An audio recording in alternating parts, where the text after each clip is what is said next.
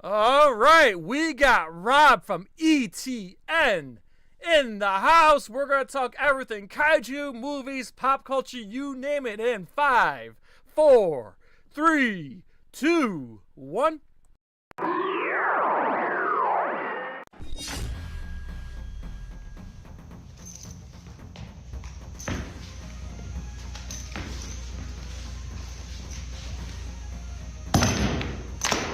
Get over here! Hi, I'm martial art master Daniel Pacino. You know me as the original Johnny Cage, Scorpion, Sub-Zero, Reptile, and Smoke. You are tuning in to NerdCage Live on YouTube, Twitter, Twitch. Don't miss an episode or you'll get caged. So let's finish him. This is Anthony Marquez, better known as Kung Lao for Mortal Kombat. Make sure to like and subscribe to NerdCage Live. Be there. Us.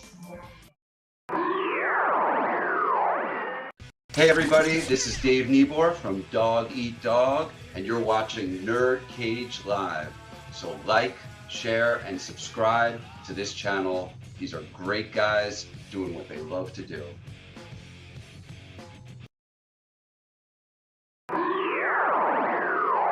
Hi, I'm Leah Montalongo, the OG Sindel. Please like, subscribe to NerdCage Live. This is Ernie C. from Body Count. You're tuned into NerdCage. Can you like and subscribe?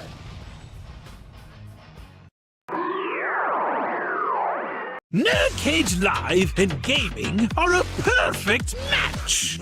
Shoot the J, Joe. Okay. Shoot it! All right! Over on NerdCage Live on Twitch, Jay and Joe go live. Call me Bazooka Joe. It's all about you. Kaboom! Playing both old school and new school games every Tuesday night. Oh, what a sight! Jay, stop looking at her face and run. But she's so beautiful. So be sure to follow NerdCage Live on Twitch. Run for your life, Joe. Run for your life, Joe. Running! Run faster. Oh no, Joe. The galaxy's doomed because of you. To scratch your gaming itch. Oh, nice kick, Joe. Thank you. Yo, that's diabolical. Wait. Yo! That's twitch.tv/NerdCage Live. Hey guys, it's the original Shao Kahn, Brian Glenn, and I'd like you to subscribe to NerdCage Live.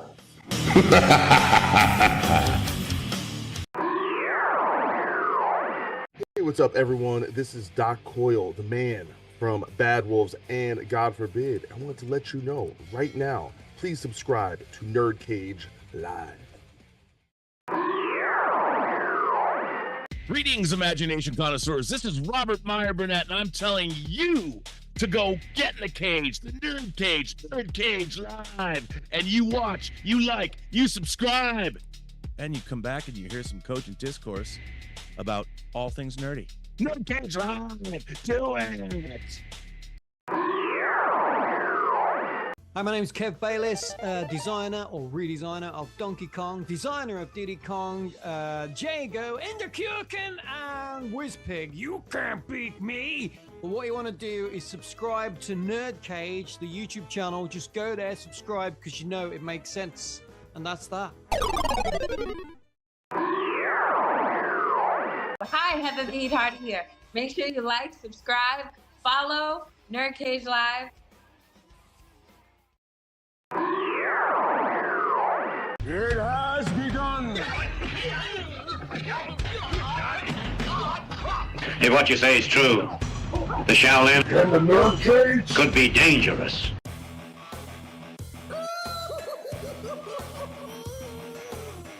Greetings, citizens. You're now trapped in the NerdCage. We hope you have a smashing good time.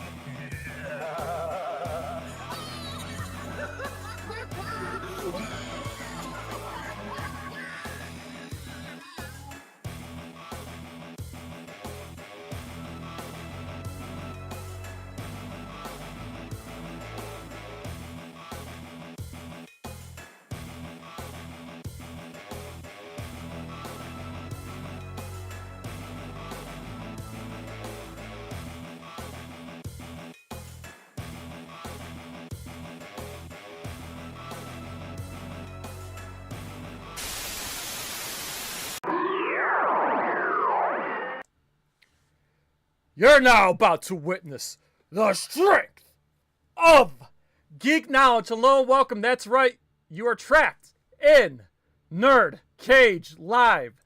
This channel is a celebration of all things pop culture, including kaiju movies, comic book movies, and all that stuff. If you're new to the channel, please hit that like button and subscribe. I'm your co-host, Jay St. G, certified geek, 7 days a week, coming to you live from yours truly, the land of the orange, the land of Tom Cruise, the land of Anthrax, the land of Earth Crisis, the land of Post Malone of Syracuse, New York, and our moderator and troll hammer, Joe of FallenOne Gaming's not here tonight. He is out busy saving the world, but I see him in the chat, so thank you, Joe, for slacking off on the job and supporting us tonight. So, I am very, very pleased to welcome one of the coolest dudes on the planet. I've been a fan of this man for a long time. He's been covering movies, kaiju, pop culture, you name it. He is the host and founder of Entertainment Talk Nation, originally from the Bronx, if I'm not mistaken. Ladies and gentlemen of NerdCage Nation, please welcome Rob of Entertainment Talk Nation. How you doing today, sir? Doing good. Thank you for having me on your show. I appreciate it. Yes, and of course, before we go any further, just to break down the chat real quick, who is in tonight? I see two paleontologists, Childish Landinos, and of course Joe. So thank you to everybody here. If you're coming from from Entertainment Talk Nation, definitely appreciate y'all being here. We appreciate all the support. We're gonna mix it up tonight. We're gonna talk movies, kaiju, you name it. We're both Giants fans, so if you don't mind us talking a little bit sports maybe towards the end of the show, we'll probably do so. And of course, if you want to show your support to NerdCage, get yourself a NerdCage Live t-shirt from our TeePublic. Our t-shirts come in any size, any color, whether you're a skinny booty call or a fat fuck, big or small, we love them all. Check out our awesome goddamn designs. And I know if there's kaiju fans out there, we got the NerdCage Live versus everybody in Godzilla font here. And of course, if you're a MonsterVerse fan, we got the NerdCage Live MonsterVerse shirt. And of course, all of our gaming shirts, you name it. If you're a Zelda fan, we think we got shirts for you. Don't tell the RZA. And yeah, and again, any size, any color. And I'm sure you've seen this logo at some time in your life. Oh, God. Very popular shirt. Oh, yeah, for you MCU fans, get yourself the NerdCage Live MCU shirt. And if you are a Rocky fan, we got the Prediction Pain shirt, you know, Dreamcast, PlayStation, you name it. We got all sorts of awesome designs. We also have pillows. We got hoodies. We got magnets, tote bags, you name it. The link to our TeePublic is in the description of every video and every live stream and across the vast lands of social media where we're also live. If you want to catch us on social media, follow us at Twitter and Instagram, nerd_cage, and to join our NerdCage fan discussion group. It's NerdCage Nation. Feel free to post whatever you want there. Just keep it clean, keep it civil, no politics, no spoilers, all that good stuff. And we also have a Discord server. Trying to build that up a little bit more. All the links are in the description. Thank you very much. But enough about us. Let's talk to the man of the hour. Rob, we wanted to get to know you a little bit. So for starters, basic bitch question. So how did you get started on YouTube? And, you know, of course, give us a little bit of background on what you do and all that good stuff. The floor is yours, my friend. And anything you want to promote, go ahead. Yeah, I started back in 2013. I had just moved. Well, I had been living in New England for about 6 years at that point, and I really hadn't kept much contact with my friends at that point. I had already gotten married, had both my kids, so I had missed talking about entertainment, movies, things like that. So I said, all right, well, maybe I can just kind of get this out of my system by doing it on YouTube. So I originally started my channel with the idea of just talking about the things I like to watch, the things I'm interested in. And then it kind of popped off after a friend of mine sent me a link to the leaked Godzilla 2014 trailer. And then that's kind of when my channel, even though I did a lot of reviews and stuff, it was predominantly Godzilla covered. Yes. Now, speaking of Godzilla, I just want to say how I found you, what got me attached to your channel. So like you said, you started back in 2013, 2014 in that era. Just as we were getting close to the 2014 Godzilla movie. We'll talk MonsterVerse, but you did a series called March to the King. And here's the funny thing. So you did March to the King, and I remember the video that stood out to me and what resonated with me. And this is where we share an opinion here. You did a video on All Monsters Attack, aka Godzilla's Revenge, and you're talking about, look, this is not a good movie, but it has a very good message. If you're being bullied, stand up for yourself. Right. And that's what the movie. I distinctly remember that. Yeah. Yes, that's what got me attached to you. When you did that video, I'm like, all right, I rock with this guy. Because look, I know it's a bad movie, and I remember like when I started watching Godzilla when I was 4. I'm 38 now. But like when I was 4, that was like one of the first Godzilla movies I watched. I loved it. And then like as I got a little older, I'm like, ew, this is just a stupid kids movie, blah, blah, blah. And now as an old man, well, late 30s now, I mean, I look at it now, I'm just like, you know what? It's not a good movie, but it's got a good message. And I was bullied a lot. Like a lot. And I like what you said, and I like what this movie conveys. Like, hey, stand up for yourself. Don't be a bitch and be a tattletale. Stand up for yourself. You know, because that's the only way you're gonna stop it. You know, so Right. yeah, so yeah, that was kind of like, you know, that's when I started following. Yeah, your live streams it's and funny. stuff. A lot of even today, my core viewers who are still around, God bless them, because God knows I've had major gaps in on my channel for the last like 8 years. But a lot of them were much younger than you are now, or that you were back then. Many of them were kids when they started watching me. So, you know, thinking back, I could see how a video like that would resonate. And then some of the other videos I did, I wasn't as conscious at the time that a lot of kids were watching because I have a very foul mouth. And back then I was doing some very offensive jokes. So, you know, but we're not going to cancel you, Rob. Yeah, no, I'm not worried about being canceled. But you know, you kind of, you know, I think about it now, and I'm obviously much more reserved now than I was back then, because obviously my kids are grown up. I got to, you know, behave myself a little bit better. So, but yeah, man, it's funny because I was just thinking today about kind of rebooting that series, because I have not seen a lot of those movies since then. Yeah. Like a lot of those movies I have not watched since 2013, 2014. And I'm thinking to myself, wow, I feel pretty certain that my perspective on them has changed in 10 years if I watch them again. So I think I'm going to do like a March to the King 2025 and kind of see where it differs from my review over 10 years ago. You know, I'm glad you mentioned that, because like for a while now we're not a kaiju channel, but obviously I'm a huge kaiju fan, and we sprinkle kaiju content here and there. We do.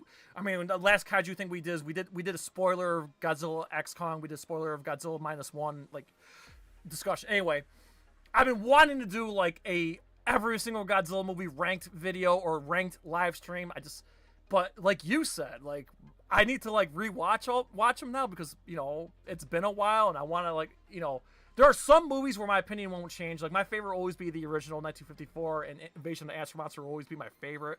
But like all the rest of them, you know, that ranking's gonna change now. And some of the ones I hate, I still hate. But there's some that I don't hate as much now. Like I've lightened up, I softened a little bit. Some of them I used to like, now I don't like as much.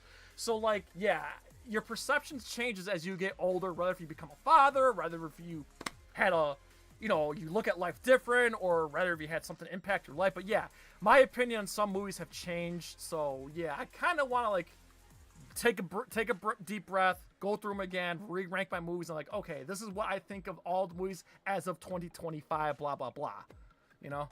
Yeah, and that's funny too, because I just finished the other day writing a script for a video I'm doing Sunday, and as I'm doing this video, I realized that I think one movie that's kind of probably jump up in ranking or in favoritism for me is probably the 98 Godzilla movie. I'm with you there.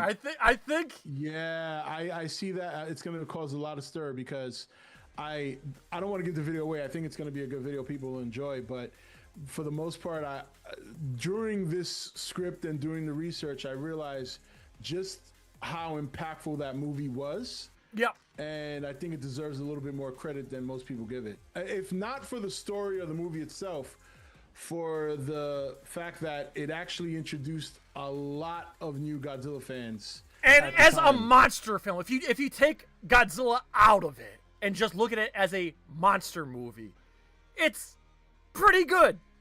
And yeah, there are some elements I enjoy more than others, and yeah, I've definitely softened my opinion on that. In fact, fuck it, I'll say it.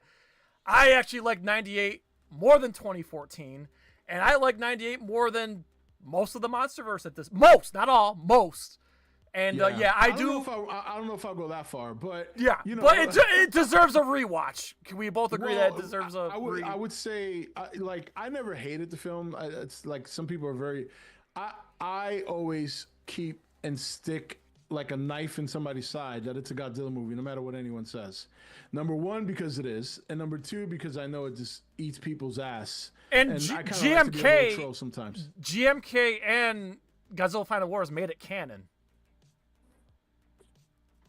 It's canon because because GMK referenced the movie and of course Gino appears. Yeah, they referenced it in a way of trying to like distance themselves. That's never going to happen in my eyes. Toho signed off on that movie. They saw the design before they gave the green light, and verbatim said that this keeps the spirit of Godzilla. Those are their words. They signed off. It is a Godzilla movie per Toho. Also, I see it in chat here. G98 having a Puff Daddy song play at the end did not age well. Well, yeah, obviously. No. But no, the thing I was going to say too is like if it wasn't for G98, we wouldn't have gotten the Heisei series in America. Remember? Yeah, the Millennium. Yeah. Millennium series, we certainly would have gotten.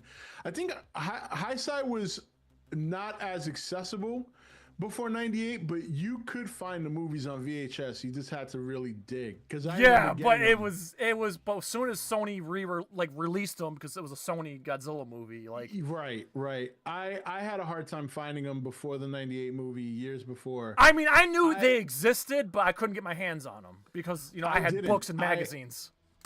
I remember one day I was just kind of tuning through TV in my parents' basement, early 90s, late 80s. And I saw Godzilla vs. Biollante 8 p.m. and I'm like, what?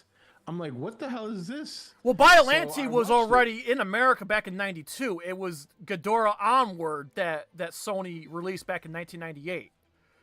Yeah, later on. But that was the first time I saw one of the... And that movie had already been out for like 3 years. It was made in 89.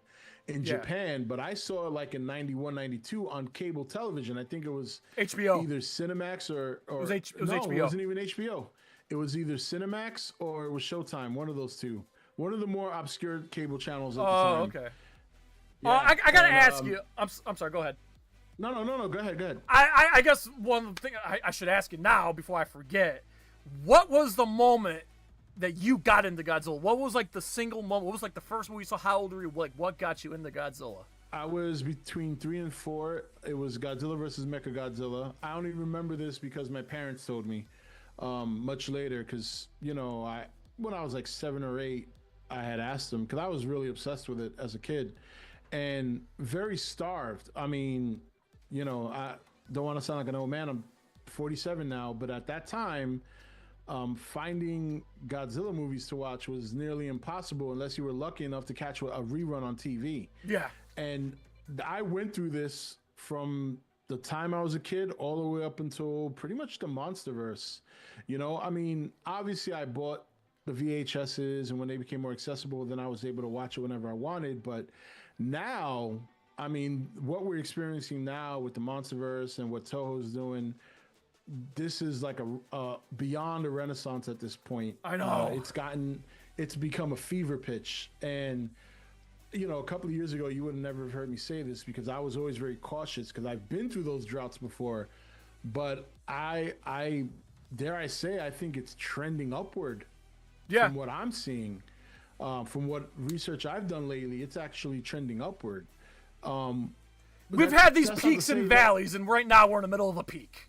Yeah, it's a big peak, and that's not to say that like the MonsterVerse will continue on or that they'll definitely do another movie after the next one. But even when the MonsterVerse is over, I don't think Godzilla's over. That's for sure.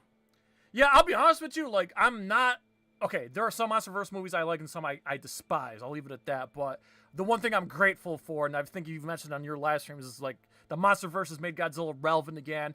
And the thing I always like about here's what I appreciate about the MonsterVerse is that, and '98 was kind of the same thing. Is when we make these Godzilla movies here in America, Toho will respond with something great. You know? Yeah. They especially this time around, the last two movies they've done, they've taken a lot of care to make them very, very good. You know, I mean, you look at the Millennium era, not a lot of those movies are good. Very few of them. But now, Shin Gojira, even though I wasn't a fan of that, obviously I loved found a lot of success. I know. I'm I've not heard a you big talk fan about of that. Yeah. Godzilla -1 is just, I mean, that is obviously a chef's kiss. You know, Top again, 5 not for perfect. me. Top 5. Yeah, I saw it. it's I was lucky definitely- enough. I saw it in theaters 3 times, Yeah, I got to see it at theater, I think, once. And including 4DX. I saw it in 4DX wow. as well. Yeah. yeah, I'm sure that looked very I good. was shocked. Like, here in Syracuse, here's the thing. We're not New York City, but Syracuse is a medium-sized market. Have you ever been to Syracuse, by the way? Because I know you're from New York. Okay, so we were lucky enough to get a Phantom event of Shin Godzilla. Not like a worldwide release, but we got like a Phantom release of Shin Godzilla, and then we got a 1-week release of -1. So I went and saw it twice that weekend, and then lo and behold, they kept re-releasing it. They kept extending it. So I've been lucky to like catch some of these Toho films in theaters. In fact, I even saw Final Wars in theater because over in Rochester, New York, they managed to do an event screening for that, and I drove an hour and a half to go see it. So I've been lucky with like some of these recent Toho releases, but yeah, like it's just nice that the window between Japan and America is shrinking, and then the window from like theaters to digital to physical release is shrinking. So it's kind of nice. We're living in this golden age of like, okay, as soon as it like comes out, we don't have to wait that long, you know? Right. Yeah, exactly. Yeah. It's yeah, for me, it's exciting to still be able to enjoy it. My son enjoys it. He's taking it to a whole nother level compared to when I was his age. But again, he has certain access that I never had as a kid. So yeah, he's got a huge toy collection of Godzilla toys and figures, and yeah, he's definitely taken advantage of this renaissance. Yeah, because for us it was a lot tougher when we were growing up. You don't have to go into like specific. I'll give you. You know, do you have like a top 5 like all time Godzilla movies, like top 5, in any order? Yeah, it doesn't really change that much. So I still think 54 is the elite movie. Yeah, I agree. Of all of them. I'm going personally, like my personal favorite, so it would be 84, Godzilla vs. Mechagodzilla 74. And then I would take 54, 2014, and then probably -1 are like my personal favorites. And yeah, I would say, I mean, there's still a lot that I like, but it fluctuates so much. You know what I mean? Like, because I also love King of the Monsters. So, but if I'm just asking top 5, yeah, 2014, 54, 84, -1, and Godzilla vs. Mechagodzilla. Yeah, no, those are good picks. I like hearing, because everybody's opinion's different. Everybody has their own version of Godzilla they prefer. But yeah, I'll just say a couple of your picks are in my top 5, top 10. So we're kind of in the same wavelength there. All right, now what are some of your favorite, now outside Godzilla, what are some of your other favorite like kaiju films? I don't know if you got Daimajin, Gamera. Okay, Gamera, definitely. It doesn't go too far beyond Gamera and Godzilla. I know there's a lot of them out there. Like, well, I like The Host. I don't know if you ever seen that one, the Korean monster movie. Yeah, not necessarily a kaiju. Yeah, it was the guy who directed Parasite, right? Or It might be. I'm not Yeah. sure exactly, but Yeah. the host is really good. I do like Cloverfield more so the original. I like the concept that it came out with in '07 of kind of a first person perspective. I live loved camera Cloverfield. yeah, Cloverfield's really good. Sequels still in the works, so that's a good thing. Yeah. It got a little crazy with some of the other things they did, like Paradox. Then suddenly this dude's. I liked 10 Cloverfield Lane, and then everybody told me that the other ones after that were not good. Yeah, Paradox wasn't good. There was another one. There's another movie that came out, was originally supposed to be linked to the universe, but they didn't link it. I forgot what it was called, but it was like these zombies. Somebody in chat will mention it. I know for a fact. But yeah, so Cloverfield I liked. I thought it was a pretty good, different take on a monster movie. Obviously, Godzilla Gamera. The host I thought was good. Troll, I like Troll, and Troll 2 is coming out this year, so love the Troll movie, the first one, and so I'm looking forward to the second one. There's a lot that there's a movie. Well, I don't know if it's a movie or a TV show. I believe it might be a TV show actually, but it's called Love and Monsters. Okay. I think it came out with Paramount, and I haven't seen it yet, but I've been wanting to watch that. It's supposed to be about like a end of days kind of monster attack on the planet, and this dude is like trying to look for his girlfriend, and he's got to traverse across, I guess, a certain distance to find her, and he's got to deal with all these different monsters. Some of them, I mean, they're rather big, like host monster size. I don't know if there's like kaiju size in there, but. And then there's another one that recently came out with Anthony Mackie called Elevation, which is about a bunch of monsters that are on the planet, and you can stay away from them if you stay at a certain height above sea level. Yeah, we interviewed Mackie for Joe Blow for that movie. Yeah. So I want to check that one out. It's on HBO. I got to take a moment to watch it. Did you ever see? Thanks, Paleo. Did you like? The movie was called Overlord, by the way, that I was referring to. That was supposed to be linked to Cloverfield, but they didn't do it. Did you ever see Colossal with Anne Hathaway? No, I never saw that one. It's fine. Not a big Anne Hathaway fan. So I get it. My gripe with that movie, and I'll give it this. It's a very unique take on the kaiju genre. My problem with it is that it feels too much like real life, with real life problems with like dating and shit, and yeah. That's like it lacks escapism. I'll leave it at that. Some people may love it because it's relatable, but for me, it's like when I want to watch a kaiju film, I love escapism. So I got one. Okay, and so obviously Pacific Rim I love as well. I hated Pacific Rim when it first came out. Hold on, but I've softened up on it. But I never saw the second one. But the first one, I've softened my opinion a little bit. Well, if you want something really good that's Pacific Rim related, watch Pacific Rim: The Black. It's really that was good. That was the Netflix anime, right? Netflix anime, yeah. It's like 2 seasons, and it was really, really good. Speaking of Netflix anime, the best thing Pacific Rim did. I hated the Godzilla trilogy anime, but I liked. Don't worry, I'm with you. Liked what was that? What was the one? The Singular Point. I liked Singular. I didn't love it. I liked it. Singular Point I enjoyed, but it didn't it didn't wow me. But I enjoyed it a lot more. Yeah. I like the animation. I like some story elements, but when they got a little bit too heavy-handed with the science and physics, they lost me.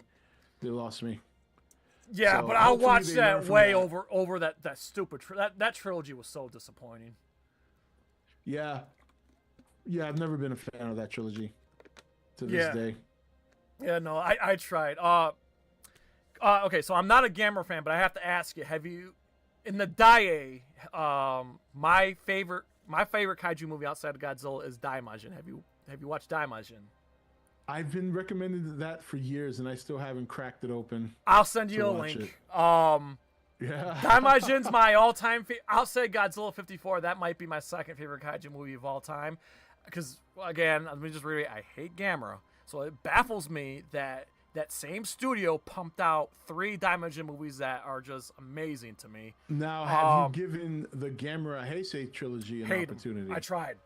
I tried. You didn't like them? Wow, I hate that's them. a rarity. I hate them. I think they're better than the Showa ones, but that's not saying much.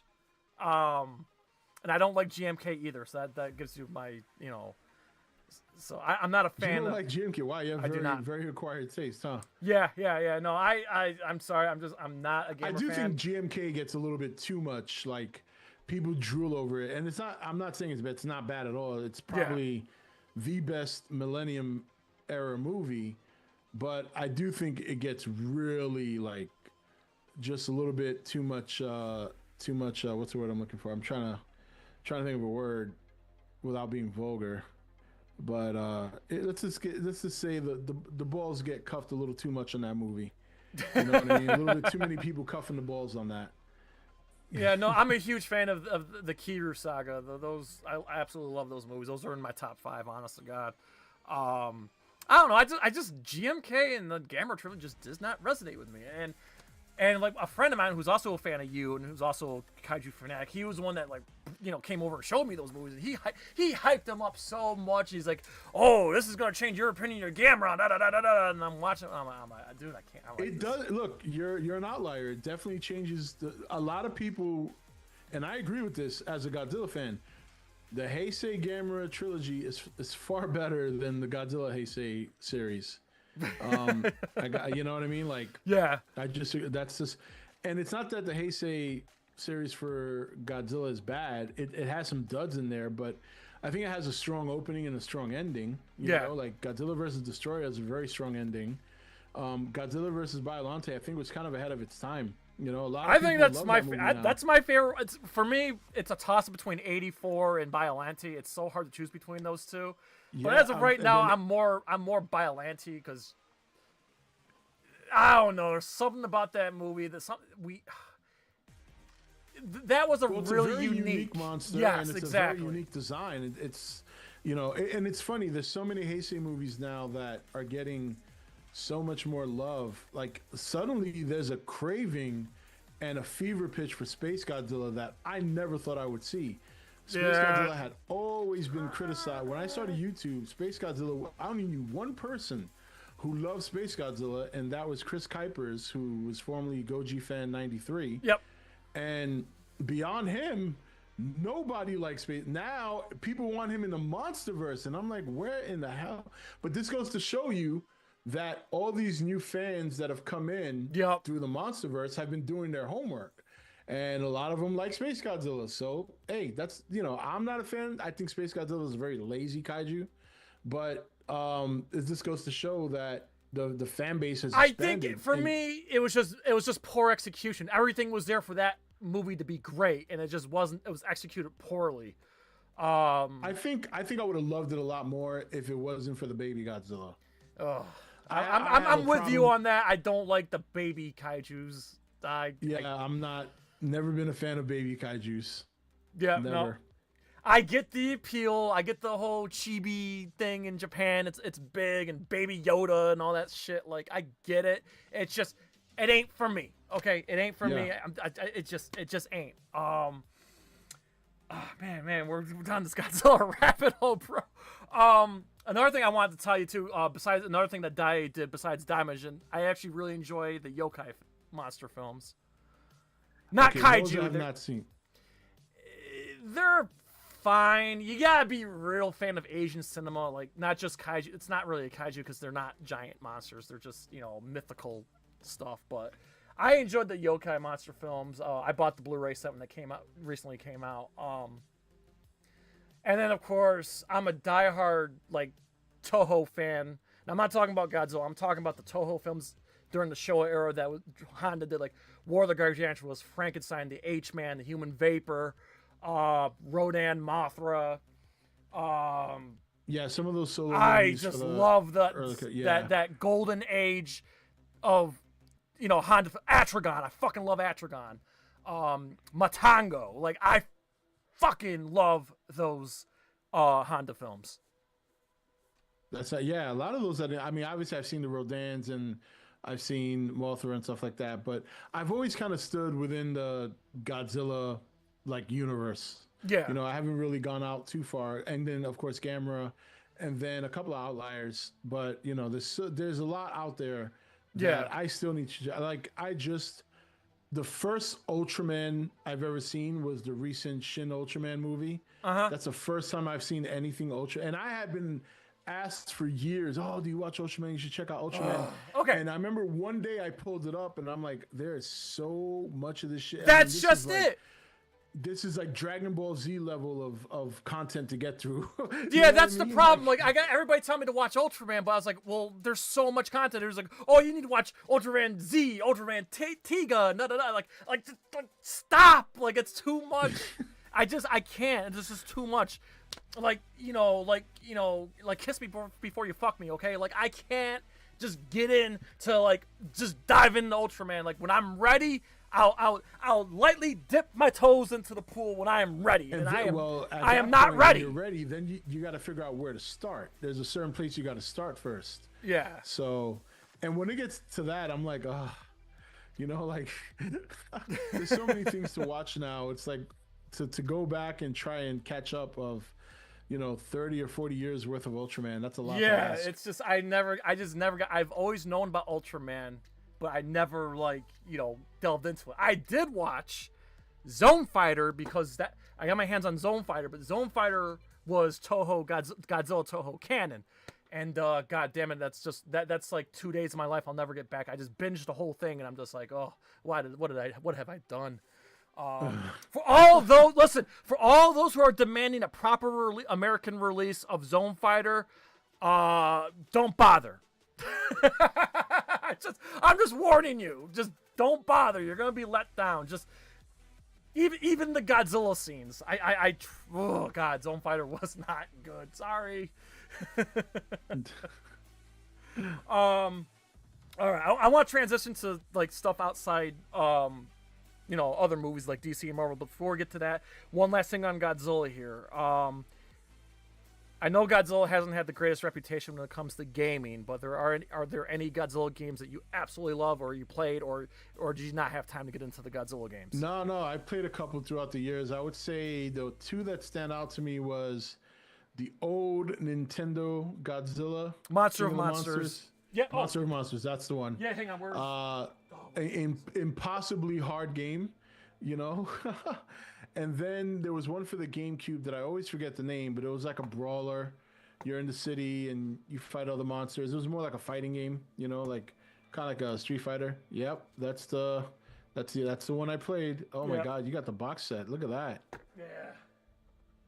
Yeah. And then, like I said, the one for the GameCube. I did play the more newer one for the PS3. Oh yeah, that was brutal. I did. I'm an Xbox guy, so I didn't get around to it. But every Godzilla fan I talked to said they didn't like it. So I'm just like, yeah. But I guess if you have an unopened Godzilla PlayStation 3, it's like worth a lot of money now, though. Yeah, it's like $400. Yeah, it's crazy. It's funny. I still have the game in my library, but I don't have the disc, so I can't play it.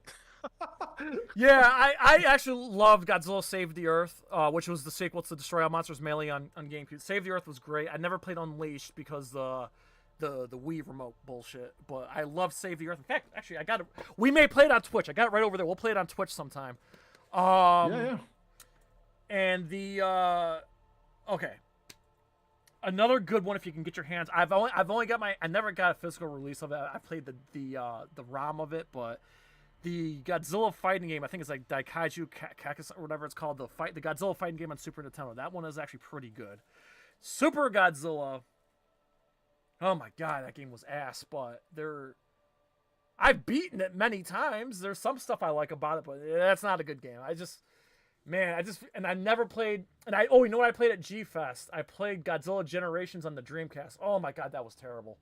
Yeah, I think I did a video once on what I would do if I could make a Godzilla game, and the problem is I think a lot of studios have thought about ways to make it where it could be really good, but it's a risk of investment because so many other of the games the rights, it's tricky not so well the rights are tricky. Then on top of that, to make even a double A Godzilla game, let alone triple A, would take such a far investment that there's not enough market research out there to give, I think, creators the confidence to invest the amount of money it would take to make a game that would be more presentable, more, with RPG elements and stuff like that. Because that's the key now. Everything has RPG elements. Yeah. So you got to make a Godzilla game where, you can kind of build them up. And I remember I talked about, they can do something where, like, if you're a Godzilla, depending on what you do, or you can interchange his parts throughout the years. So you can give him, like, the Heisei Godzilla body with the 74 Godzilla silver dorsal plates, and then different parts of his DNA give you different powers that he's had throughout the years. Yeah. I mean, it can be done, and I think it would work, but I think there's probably too much fear in investing the kind of money that it would take to develop a game like that, and then not have, at least, nothing's ever guaranteed, but at least not have enough confidence that you're going to get back your investment. I know it'll never happen, but obviously I'm a diehard Mortal Kombat fan, but I would love to see NetherRealm crack a kaiju fighting game with Godzilla, since WB owns Mortal Kombat NetherRealm, and WB, obviously distributes the MonsterVerse. I mean, if NetherRealm developed a fight, like a modernized Primal Rage, but like a modern MonsterVerse themed fighting game because they did good with Mortal Kombat and they did good with Injustice, the DC fighting game. So I'd like to see them take a crack at a, MonsterVerse theme or Toho theme, fighting game. I know it'll never happen, but that'd be cool to see. I think that's the other thing too. If they're gonna make another monster game, I think personally, in my opinion, you gotta break away from the fighting element, like the 1v1. Yeah. Because there's this sort of, like, there's that new monster game, I think Giga Bash. Yep. It's a good game, but I could only play it for so long before I'm like, all right, because it's just a fighting game. Like, yeah, there's a campaign, but it's very, very paper thin, and it's very fast. And me personally, I just get bored, like, because I've played so many fighting games in the past. I used to be big on Mortal Kombat, Street Fighter. I played a couple of fighting games on the GameCube with Godzilla, so I don't even touch fighting games anymore. That's all I played when I was, like, younger. That and first-person shooters. Well, to counter you, people like me who work multiple jobs and do all this stuff, I don't have time to play RPGs. So sometimes I just have, like, okay, I got 30 minutes. Let me play quick online matches of, this fight game online. So I'm just saying that maybe there could be in the competitive fighting, scene, maybe a kaiju fighting game would hit big online. Just to counter your argument there, that it doesn't have to all be RPG and stuff like that. But, just throwing that out there. I don't know if it would hit like Mortal Kombat or Street Fighter, but I think there's always going to be a crowd for that. Yeah, definitely. Yeah. But if you were to attempt to go the other way, I think you'd have a better chance for a broader success. Yeah. You know what I mean? Because, like I said, it doesn't have to be a traditional RPG where you have to spend 300 hours to find everything. And microtransactions and all that bullshit. Yeah, I'm a big MLB The Show fan, and that has RPG elements. You know what I mean? So, like, there's RPG elements in everything. So you can make an action monster game that doesn't require the amount of time it takes to beat Elden Ring and still have RPG elements. All right, this is a perfect segue. We also talk a lot of gaming here on NerdCage Live. We've interviewed a lot of people who've made games or have been part of games and whatnot. And, of course, we have a Twitch channel, too, where my partner and I, Joe, we go live usually twice a week playing games. By the way, everybody, real quick, just a quick plug here on Twitch. Starting next week, we are going to be playing the classic Dreamcast game, Shenmue. I just can't wait for that. And for the first time for me, personally, on the weekends, we're going to be playing the Silent Hill 2 remake on Twitch. That's twitch.tv/NerdCageLive. I'm a Silent Hill virgin, so I'm really, really looking forward to getting into it. And again, Shenmue's goated, so I can't wait to get back into that game for the first time in like 20 years. So I just want to give it to Rob real quick. So on the gaming side, man, what are some of your... Do you have like a top 5 favorite game or top 5 favorite game series of games that you're really, really into or games that you still play? So for the longest time, for years, Mega Man 2 was my ultimate favorite game. Nice. Then it changed over to Final Fantasy VII in 1997 when that came out. Big RPG guy. So, but I would say right now my number one game of all time is Cyberpunk. Okay, it's probably one of the best games I've ever played in my entire life. You're a very sci-fi immersive. buff. I'm a sci-fi buff, but here's the funny thing. I don't like cyberpunk stuff. I've never been a Blade Runner fan. Really? I wasn't even part of the cyberpunk hype. In fact, I'm one of those people that are like, this game's getting too overhyped. The only reason I bought Cyberpunk was because I wanted to see what all the fuss is about. And then when I played it, I was fortunate. I have a pretty strong rig, so I didn't run into a lot of the problems that people did. And every iteration, every time they updated it, every time they added new features, I went back. I must have played through the game about 8 times. I think I got about almost 500 hours of playtime in that game. And yeah, everything about it I love. Love that game. But in terms of what I normally play, the rotation changes. I always rotate about 4 or 5 games at a time. And it can be as small as cozy games. Like I love farming games. And it can be as epic as playing something like Call of Duty. I have a very broad list, but my favorite genre is RPG. It always has been. So Final Fantasy I'm not games surprised. I'm big on. Yeah, Final Fantasy games, my big thing. You're not to get into your personal, but you're an IT guy, right? Yeah. Okay, so yeah. I'm sorry, you fit that stereotype of IT guys that love like the RPGs and stuff. So it doesn't surprise. For a long time, it was so funny. That's not. It's a compliment. It's not an insult. I'm just. No. I'm not taking it that way. What's funny is that that's always been how it's been for me. But there was a long time. There was a side that was very hood. Because as much as I love hood games, let's go. Games, I used to hang out with a bunch of drug dealers. So Bronx man here. I used to talk 2 different languages. I'd go to work and you need to be optimized, and then I go hang out with my friends and I'm like, hey, what's going on? Back then, using the N-word was not as offensive as it is now. We used to use it as a term of endearment. Not gonna say it here. I don't want to get you in trouble, but yeah. I still fucking use it, okay? That's just how I grew up. I grew up in the South Bronx. Everybody called each other the N-word in the hood. That's just how it was. Yeah. We didn't see it as an insult. But anyway, I digress. Yeah, I've always had, now more so the IT guy, because I don't live in New York anymore. I'm in North Carolina, and oh wow, you moved that far? Okay, I thought you were in Boston. Oh yeah. No, man, I bounced from New York quite a while ago. I saw that shit coming a mile away.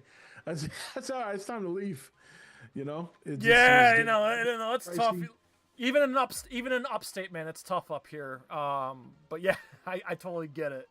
Everybody's fleeing New York. I can't blame you for that. I mean, you gotta do what's best for you and your family. But I had no clue you moved to fucking North Carolina. I mean, moved 4 years ago. That's like, redneck energy, right? Like, yeah, dude, you'd be surprised. There's more people here with my accent than Southern accents. Really? I've never been that far south before. Congested down here.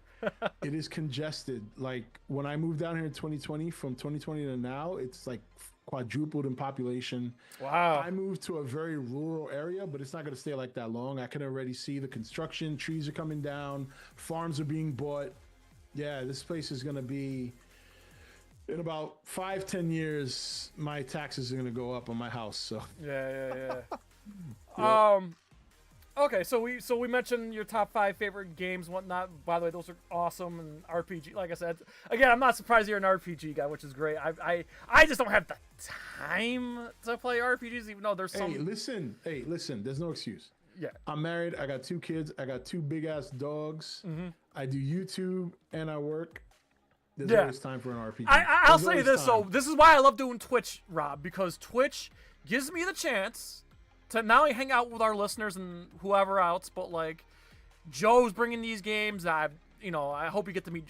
I'd love to have you back and hope you meet Joe. He's in the chat. But of course. But like, we play. Joe brings his games. I bring my games. We mix it up between like old school games, either us games that we never played or games that we haven't played in a while. And there are sometimes we play like new releases. Since we're Resident Evil, Mortal Kombat fans, those are always in rotation. But like, we just finished. I guess this kind of counts as an RPG. We just finished X-Men Legends 2. And we had. Oh my god! Yeah, that definitely has RPG elements. It was a blast. It was a fucking blast. But we try not to do too much like RPG shit. And here's why. Because of the amount of playthroughs, because we only go live twice a week for like 2, maybe 4 hours if we're lucky, but usually 2 hours. But we try to avoid those very, very, very long games. But we try to squeeze in some when we can.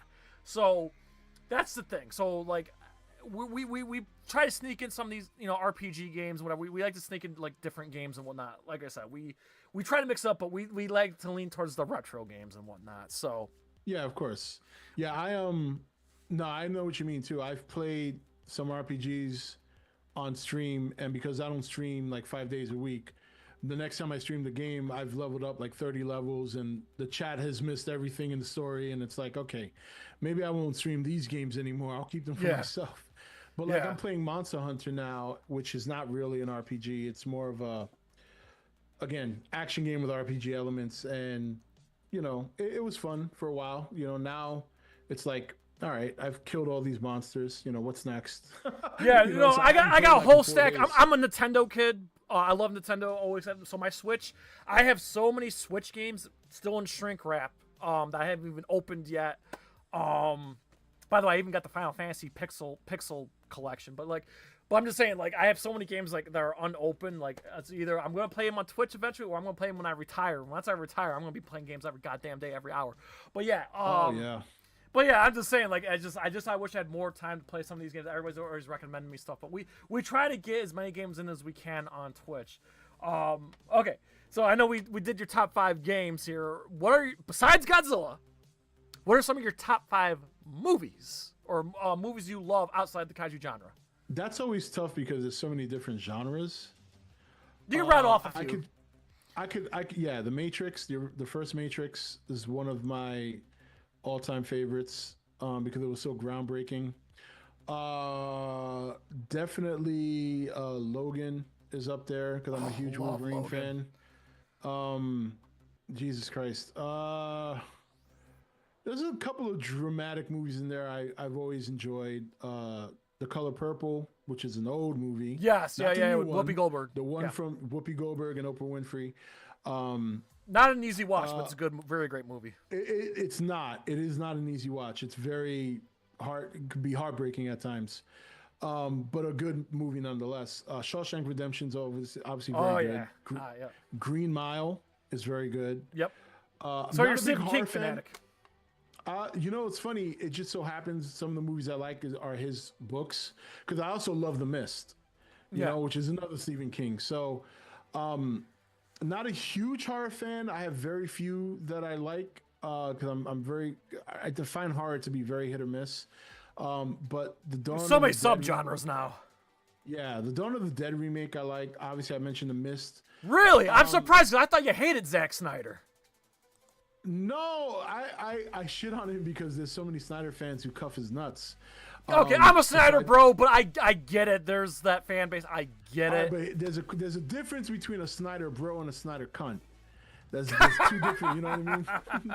So, I'm sorry to get into this rabbit hole, but I'm still a little bitter that I still believe my heart. I think WB screwed that man over after his daughter. I think there might have been some screwing there. I just don't. I mean, it goes both ways, I'm sure, but like, I just wish they just let Zach finish what he started. Because here's the thing: after Zach left, we saw what DC turned into. I understand his style, Man of Steel, Batman versus. I know you don't like Batman versus Superman, but I understand that his movies are a certain flavor. I get that. I get that the movies made money, but didn't make Marvel money. But look what DC turned into after Zach was gone. And I just feel like DC would have been better off. DC was when Zach was there. It wasn't exactly much better. Yeah, So, but it was... It had some gems. Hey, look, I love the first Wonder Woman movie. That's what I'm saying. Like, he had his hands on that, and, you know. Yeah, I love Man of Steel. It's one of my favorite Superman movies. Yep. My problem with WB and all that is the fact that they just cannot let go of Batman. And I'm not saying they should let him go, like not doing it anymore. But that's their moneymaker. It is, and it's like, you know, I mean.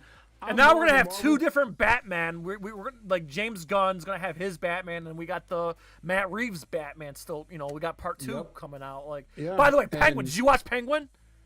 I've not watched it yet. That's another one on my list. Oh fuck, it was great.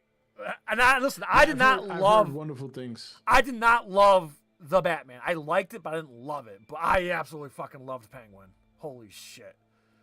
Yeah, right now I've been watching Daredevil. Mm-hmm. Daredevil Reborn has been really good so far. I'm still not sold yet on Marvel's comeback. It all depends on how they do the X-Men, because that's where my heart is. Fantastic Four needs to be good. Yeah, but the X-Men and how they do that, and that's critical for whether or not I ever commit to. Cause I was a big MCU fanboy for the first 5-6 years of my channel. Yeah, and now it's this, I don't have any, big channel, small channel, doesn't matter. I would never overshow. If something sucks, it sucks. Yeah. I've been super critical about Godzilla, and I've gotten a lot of shit for that, but it doesn't matter. I refuse to lie and show. I can't do it. It's just not who I am. So, and that's why we saw the peak with Endgame, and it's just like they're not gonna capture that magic ever again. Now, then after Endgame, we got very good encore with No Way Home, despite its flaws. No Way Home was a terrific encore, and then every single movie after that was just fucking balls. And then Deadpool, which was kind of like a love letter, which was kind of separate, but Deadpool 3 was like the love letter to the the Fox era of Marvel. Yep. And then but those were just those were like, they weren't like super attached to the MCU. Now, I saw Captain America, and I will say this. I didn't think it was great. It wasn't good. But, like, I do think it was the best post-Endgame Marvel movie, which is not saying much.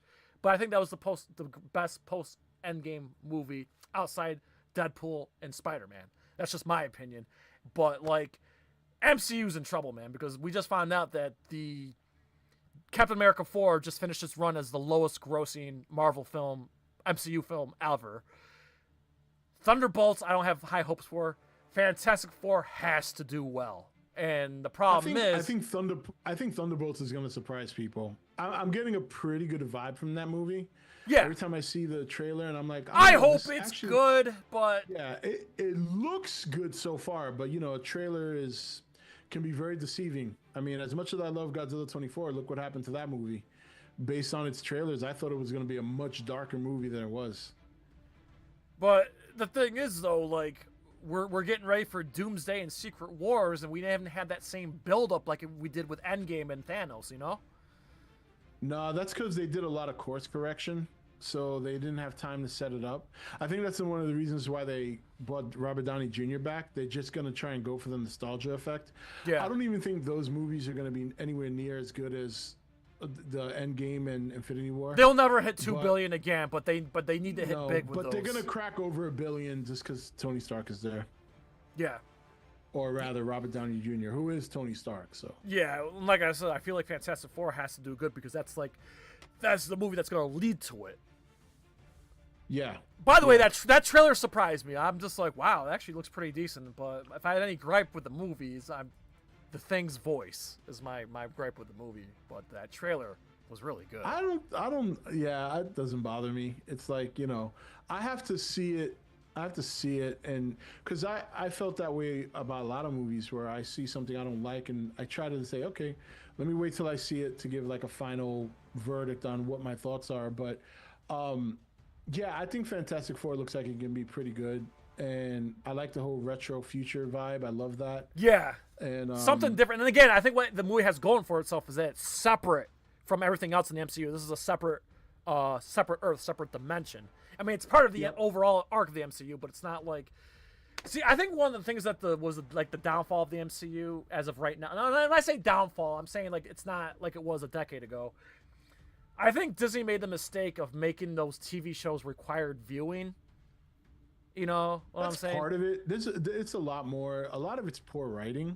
Yeah. Doesn't matter. Like the Eternals was such a Yeah. That movie just sucked so bad. That's the worst one, I think, among the whole. If I rank all the MCUs, I think that's the single worst one they did. Shang-Chi was okay. I liked it more towards the end, but it was a very, very poor, like slow open, and then I didn't even see the second Black Panther movie. I just had zero interest. Oh, I hated it.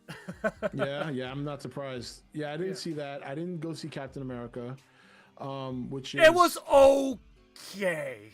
I'll watch it on stream.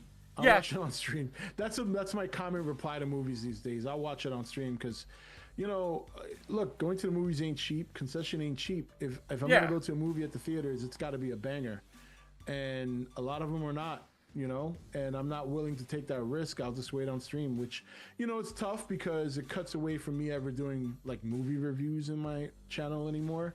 Yeah. But look, I can't spend $22 and go to something and then walk out and be disappointed. So, And plus, you got, you know, wife and kids and concessions and multiple tickets and that, oh, yeah, all that when shit it's adds a up. family thing, yeah, you're Yeah. looking at an easy $120. Oh yeah. Yeah. Yeah. So if the movie sucks, it makes me very upset about spending all that money. Yeah, no, I get it. And I think it's.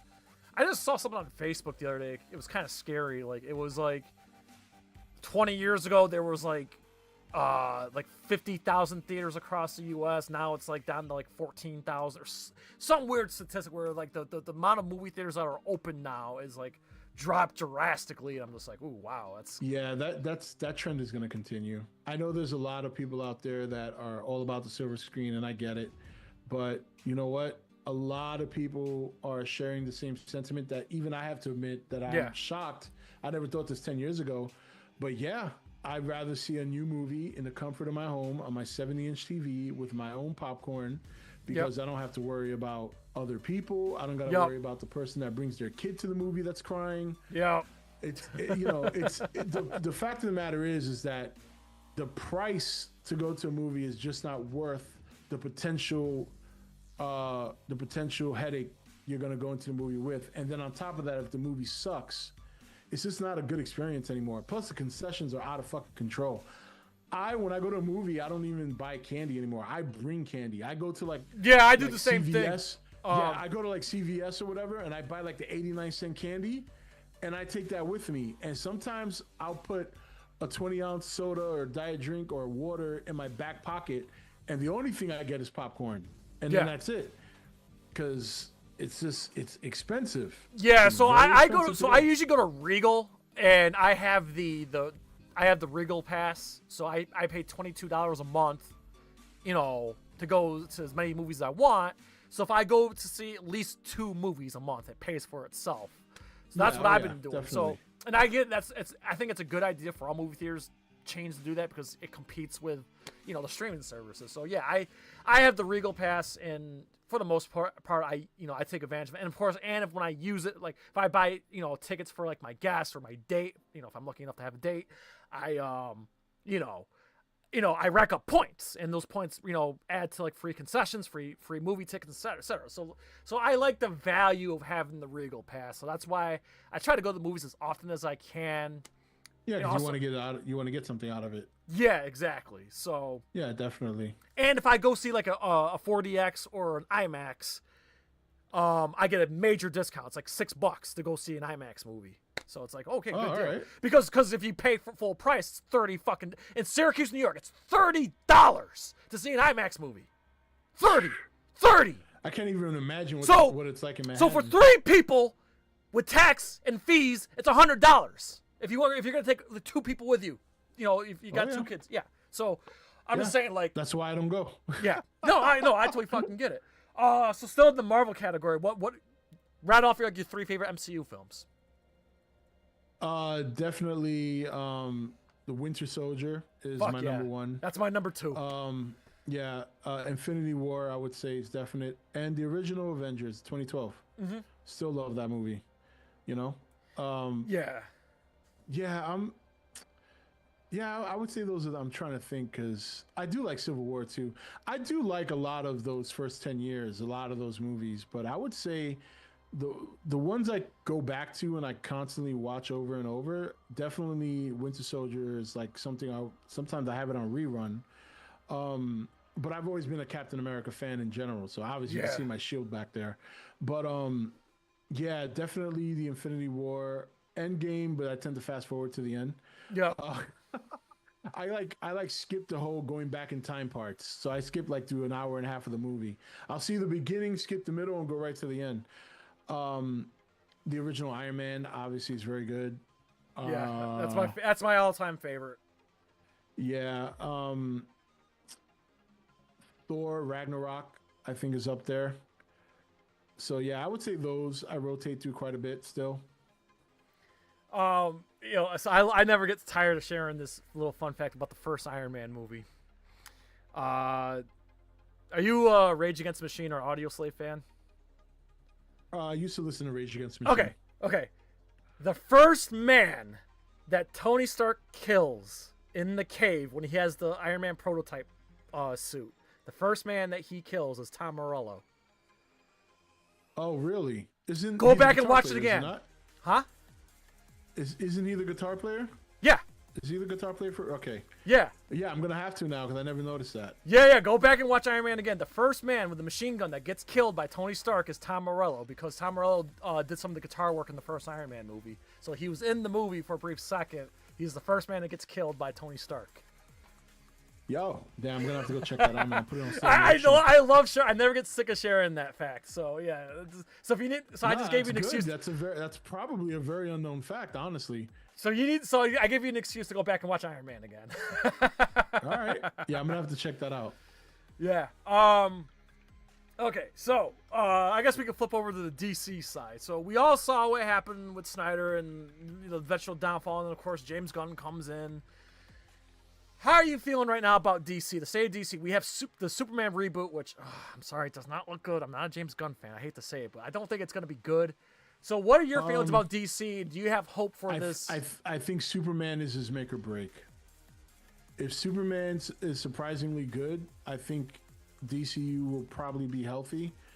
I think if the movie does badly, I think that's it. Just put the nail in the coffin for DC. Because you got to have Superman. You gotta have. He's such a look. I don't read comics at all anymore. But from what I've gathered, a lot of the more recent comics over the many years, a lot of them center around him. Apparently, from what I understand. So if you're gonna start making movies out of these comics, I think you have to have a very healthy, a very competitive to Batman, Superman franchise. And they don't have that right now. So yeah, I think this movie's gonna make or break that. What I will say about this movie that I don't like is the other heroes in the movie. I don't think Superman needs that. Yeah. Now, if it's an effective narrative that requires them, if there's an organic reason that they're there, then fine. I can certainly be wrong, but to see Superman in a world where there's other heroes, and I don't know, that for some reason that doesn't feel right. Because he's Superman. You don't sound confident about. No, I'm not confident. I'm not, and that is my favorite superhero from DC is Superman. Superman and the Flash. Yeah, I like Batman, but I'm so done with him. Like it's just too much, And not only that, it's oversaturated. I get it. Yeah, it's oversaturated, and I was not a big Christian Bale fan as Batman. I thought same here. I love The Dark Knight. It's one of probably my top 20 favorite movies of all time, and it's probably my favorite superhero movie of all time. But I hate Christian Bale, but I love everybody else around him, though. And I love the narrative. It's just, I hate it. To me, that's what makes the franchise. I mean, if you see... you and I grew up with Michael Keaton, so, Yeah, and it's not even that. Like, I love Ben Affleck's Batman. Same here. Much more. He's my favorite. Much more than Christian Bale. But The Dark Knight's a great movie, but what makes it great is Heath Ledger. Yeah. Gary Oldman. And Morgan Freeman and Michael Caine elevate that franchise. By the way, happy birthday, Michael Caine. In my opinion, Christian Bale is the weakest part of the Batman trilogy. Yeah, see, here's the thing about Christian Bale. Besides that stupid voice, it's just that he's undersized. I get it. Everyone's going to point to Michael Keaton. Well, listen, Ben Affleck was like the perfect build for Batman, but like Christian Bale just did not have the intimidation factor, and also didn't like the fact that like his I don't know. I just didn't like the way he switched from the Batman persona to the Bruce Wayne persona. Like, I thought Rob Pattinson was actually okay. Here's it's the flip side. I have the same issue with him. Well, here's the thing. I love Rob Pattinson's Batman. I hated his emo Bruce Wayne, and then like with Christian Bale, it's the opposite. Like I think his Bruce Wayne's okay. I just don't like how he switches to that stupid Batman voice and whatever. Like, I think Michael Keaton captured that mysterious take of Batman, and he had the intimidation factor when he had the suit. Christian Bale doesn't have that now. Ben Affleck fucking did. The thing I appreciate about Ben Affleck was like, he was always Batman, and Bruce Wayne was the disguise. Like when he was around people, he would turn into Bruce Wayne, but when he was not around people, he was always fucking Batman. He was always like the same person. And like that's what I appreciate about, and of course I like the idea of him having a voice changer. And again, he had the size and the intimidation, and whatever, regardless of how you feel about Batman versus Superman, that fucking warehouse fight scene is goated, bro. Oh yeah, no, it's a great scene. My problem with Batman versus Superman was the way they shoveled Death of Superman into it. Yeah, Doomsday. Yeah, I get it. That pissed me off to no end. Had they not done that, everything else about the movie was fine. But when it got to that ending, I said they could have done somebody else besides Doomsday. They could have put somebody else in there, and I think the movie would have been better. My issue with it was, and I've told the story before. You know, when the Death of Superman comic came out. Yep, 1993. And yeah, 93. That was, even though it wasn't the first time he's died, I'm aware of this. But at that time, it was a huge deal. It was on the news. People were going crazy to buy that comic. It was such a spectacle. And to try and redo that in the movies, to me, requires a series of Superman movies, not the last 30 minutes of a movie that you just shovel. It was... I get it. Fired up just talking about it. I get it. I don't get mad. And again, and this is why I have such resentment towards Batman. It's like because they wanted Batman so bad, we got. Not only did we not get the Superman sequel, which is what that movie originally was. Yeah. But it became a predominantly Batman movie, and then at the very end they shovel in the Death of Superman. It just, it wasn't. I wasn't feeling that. I get it. I totally get it. I would have loved to see a Man of Steel 2 with Brainiac or something. And I love Cavill. He was fantastic as Clark and Superman. And you know, come on, that. And Ezra Miller's Flash is just trash. I hate Ezra Miller as the Flash. I would have just taken Grant Gustin from the show and put him in there. I get it. No, I totally get it. I just wish, everything came together for Snyder and it didn't. It's just everything. My only thing I can hang my hat on is like, well, look at Joss Whedon's Justice League and look at Snyder's Justice League. Now y'all know. Obviously. Yeah. With an additional 2 hours to work with. Yeah. Yeah. That's a long ass movie. It is much better.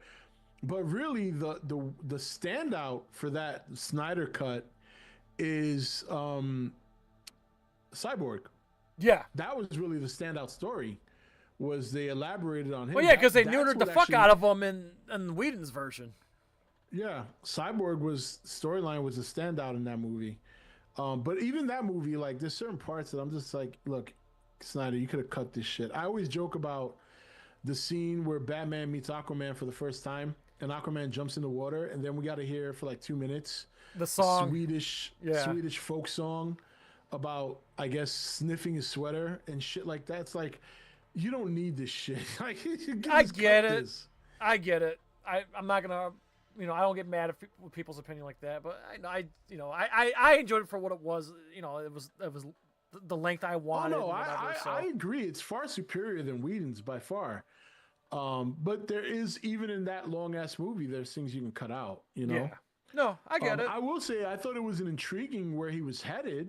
When you think about Darkseid and Superman turning evil, and I would have loved to have seen the whole story play out as to what happened between Batman and Lois Lane that led Clark down that path, So yeah, there was definitely some intrigue there, but we never got there, unfortunately.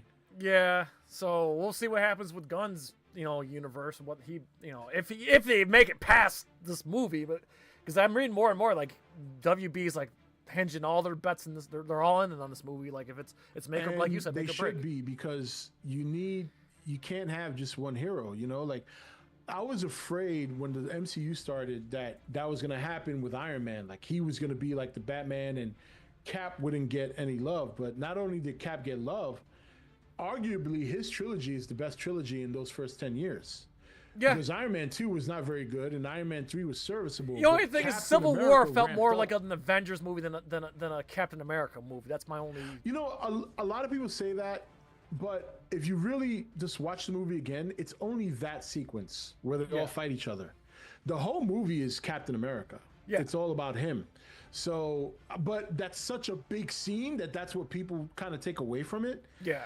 And it's even like a lot of people talk about the villain, and I always thought that was one of the best villains that they had in the MCU, because you had this guy who has no superpowers, and he actually took a very cerebral approach to stopping the Avengers. He did something that even superpowered villains couldn't do, and he actually got them to fight each other.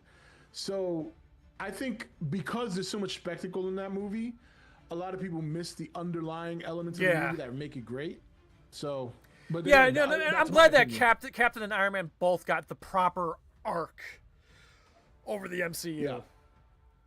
Yes. And then, of course, he had his moment. So I like that the MCU, even though Iron Man was their centerpiece, they did a lot of work to elevate Cap. You know what I mean? Because I'm a Cap fan. I'm a little biased. That's fine. But I recognize that he's not Iron Man. Yeah. You know what I mean? And I recognize that his powers only exceed someone like Batman because of the super soldier serum. But they did things with him, you know, because of his core values. He was able to wield Thor's hammer. So while he doesn't have the flashy suit, he had a moment. Oh yeah, let me tell you something. The theater, I went opening night, sold out, packed theater. Theater went nuts when the hammer. I loved it. I was like, yeah, that was definitely an insane movie going experience. Definitely. But I will say this, because going back to the first Avengers, I haven't watched it in a while, but I think the first Avengers was one of the funnest movie theater experiences I had, because that was like it was a groundbreaking movie because it had built up properly. You had all these stars in the movie together, and it was the first comic book movie that brought multiple heroes together that you only ever got to see in the comics. And it's so funny how popular the Avengers are now, because growing up, when I was reading comics in the 90s, the Avengers had lost their luster years before. Yeah. You know, the Avengers were big when my dad was a kid. When I was growing up, it was the X-Men that were front and center. The X-Men's one of it's my fourth favorite IP. So yeah, it's definitely my favorite amongst the Marvel comics. I have a tattoo of Wolverine, so it's like I've always loved the character because of his grittiness, his story, how he's the loner. I love him. He's the loner. That's why I love him. Yeah, and it's not just that he's badass, but he has a very compelling story in terms of his origins. Because of his powers, he was an experiment. Because of the fact that as gritty and as hard as he is, he's actually very compassionate. Yeah. So it's I've always found Logan to be the most intriguing X-Men amongst all the characters. Yeah. Him and Magneto. Magneto is like my favorite villain. Dude, we're in the same boat. We're in the same boat when it comes to that. Yeah, so that's why I'm very kind of, I won't hug Marvel again until if they get X-Men right, then I'll be back on board. Until then, have you seen the Rogue cut of Days of Future Past? Yeah, I have. Okay, cool. I've seen that. Yeah, it's pretty good. I don't know why they ever took her out of the movie, but no, that's way better. I always tell people, you need, as great as Days of Future Past is, you gotta watch the Rogue cut. It's way better. Yeah, and I kind of feel like Fox overall, I think they did a decent job. They did a decent job. They got better as they went along, but I always felt Apocalypse was the moment. Like, that was a gut punch to me. I was so hyped for X-Men Apocalypse, and that was such a gut. It didn't feel as big as it should have. That's for sure. And what I was gonna say about Rogue was she's the one X-Men I feel like they didn't get right. Yeah. You know what I mean? They didn't get they stood too long on her sob story of not being able to. Yeah, we never saw her absorb Miss Marvel. We never got that. Yeah, we never really saw her come to full potential in the movies like she is in the comics. So that was disappointing. But overall, I still love the X-Men movies. I had the pleasure of interviewing James Marsden a few months ago for the Sonic the Hedgehog movie on Joe Blow. Also, I feel back on X-Men, like, I feel like Cyclops was nerfed a little bit. Like, he was definitely nerfed. The first movie, he gets knocked out by Toad. The second movie, he gets knocked out by Deathstrike. And then the third movie, he gets killed in the beginning. So, like, as great as James Marsden was, they they didn't portray him like he wasn't written well. I mean, he did the best he could. At that time, Wolverine was amongst the highest money ranked maker, popular characters. Yeah, I know for Marvel, for years, him and Spider-Man would flip-flop 1 and 2 in the rankings. Yeah, and sadly, Cyclops was never even in the top 10. I mean, even Storm was in the top 10 for most popular Marvel characters at that time. Storm's my favorite female X-Men. Her and Psylocke. Yeah, for reasons. Yeah, I always love Storm. Some of the more female heroes. I like the traditional Miss Marvel. I'm talking about the one. Yes, with the long blonde hair and that's the Miss Marvel I like. Not this Captain Marvel shit. Yeah. But yeah, I always liked Storm. My favorite female X-Men of all time, though, has always been Scarlet Witch. So I was very happy with WandaVision when they finally sent her to Super Saiyan 4, because I always thought, I was like, I like Scarlet Witch, but they're not really doing the Scarlet Witch. They're kind of doing Nurse Scarlet Witch. And finally, now she's the Scarlet Witch. So I'm looking forward to her coming back, because I always thought she was... I didn't like the scene in, Multiverse of Madness, where she wipes out the Illuminati. And I think what bothered me was Xavier, what they did to Xavier was criminal. But Wanda is that powerful. You ever read House of M? Xavier's the most powerful mind in the universe. I fucking hated that. And then Scarlet Witch hold is on, unstoppable. Hold on, and then you got the smartest man on earth in Mr. Fantastic, who makes a stupid move. I fucking hated that scene. I hated that movie. I hated that scene so much. I wasn't a fan of it, but I do love Scarlet Witch in that movie. Yeah, man. Have you ever read House of M? I know what it is, but no, I know. Man, read House of M and you'll understand. Yeah. Scarlet Witch is no joke. She is no joke. I don't know if they'll ever make her that powerful again in the MCU, especially if they want her to be a good guy, but her power level in the comics at times has been next level. I'm talking Apex level. That's why, in Endgame, when she had that scene with Thanos, you got a little peek at how fucking powerful she can be when she was wrecking his ass. Yeah. And when I saw that in the movie, that's Scarlet Witch right there. That's what I'm talking about. So yeah, love Scarlet Witch. I always thought it was a very, very cool character when I was growing up reading the comics. Yes, and of course, her being the daughter of Magneto. I like that. I love that dynamic too. So yeah, me too. Yeah, X-Men comics are just fucking great to read. Yeah, just great. I grew up with the '90s animated show. I still love it. I have not watched '97 yet. I will, but the '90s, I have a bootleg Blu-ray, of the whole series. I just rewatched it not that long. Oh, I love it so much. I loved it as a kid. I still love it now. X-Men, like I said, my favorite IPs. Number 1 is Mortal Kombat. Number 2, Godzilla. 3, Rocky. 4, X-Men. X-Men's is my jam. I mean, even though I'm more of a DC guy, but X-Men's my all-time favorite. Yeah, X-Men's just always had good stories. Yeah. And it's funny, if you read the '90s X-Men series now, a lot of people would probably say, and I just want to say this briefly, the whole woke thing, but those weren't motivated by that. It was just X-Men was always diverse. Always was. It was very diverse because they were mutants, but also it gives you a different view of what it's, civil rights stuff, in terms of them being treated fairly and then them having to fight amongst themselves because obviously there were mutants that were evil. Yeah. And then you admire the X-Men because people hated them, but they still fought and protected innocent non-mutant people. It was just always good stories, I thought. Yeah, I always liked that it was, Xavier and Magneto were the metaphors for, Malcolm X and Dr. King. So, and yeah. And yeah, like you said, the mutant thing and the segregation thing, and I it was always cool. X-Men was so cool. Storm was from Africa, Colossus was from Russia, and, Logan was from Canada.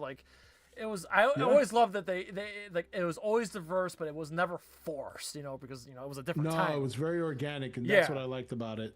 Yeah, and that's why X-Men's always been my favorite. And I hope whenever the MCU decides to do X-Men, I guess they have to wait till after 2026. I just hope they have it separate from the MCU. Don't throw the X-Men.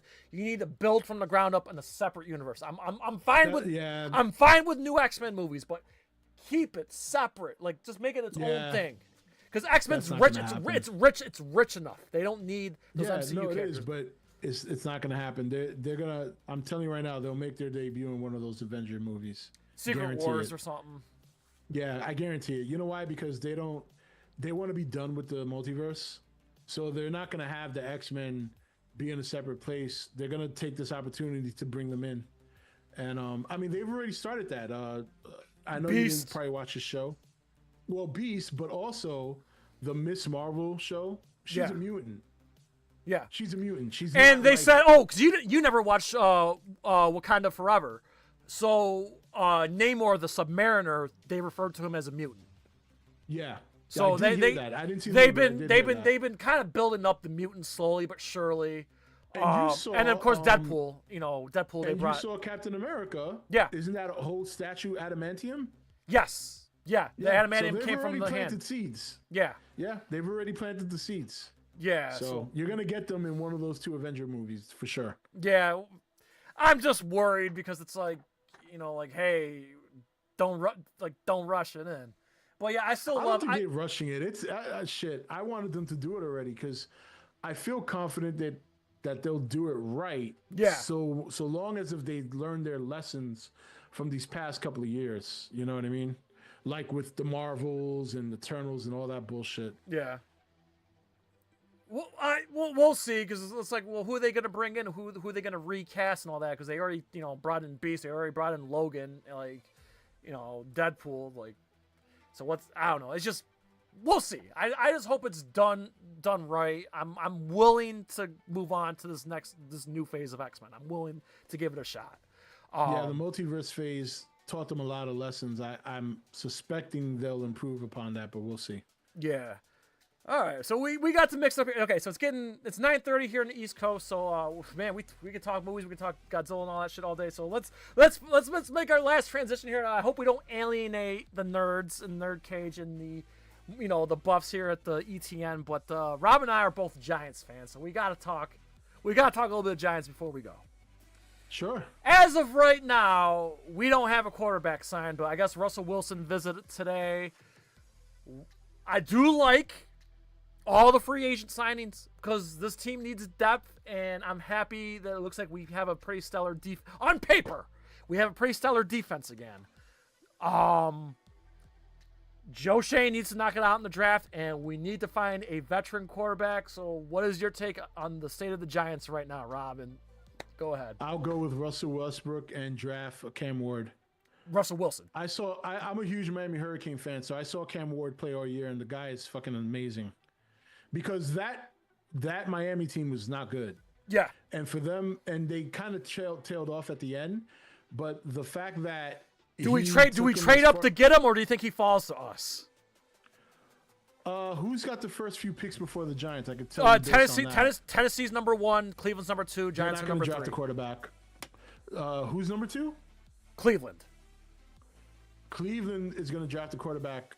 Shador Sanders. Hopefully Shador. Yeah, I don't watch Shador. I don't watch Shador. Okay, here's why. Do I. His dad. Aaron Rodgers. Here's why. His dad is going to bring baggage. 2, I'm sorry. No, I'm not a college football expert. I'm a Syracuse guy. I follow Syracuse, but I can tell you this right now. Colorado in the Big 12 is not a good college division. I don't think Shador is going to be pro ready because the Big 12 is not doesn't translate to the NFL. I don't want Shador Sanders. Cam Ward, I'm good. I'm not jumping for joy for Cam Ward, but I'm good with Cam Ward. Also, I'm going to throw something out here. Again, I'm biased. I'm from Syracuse.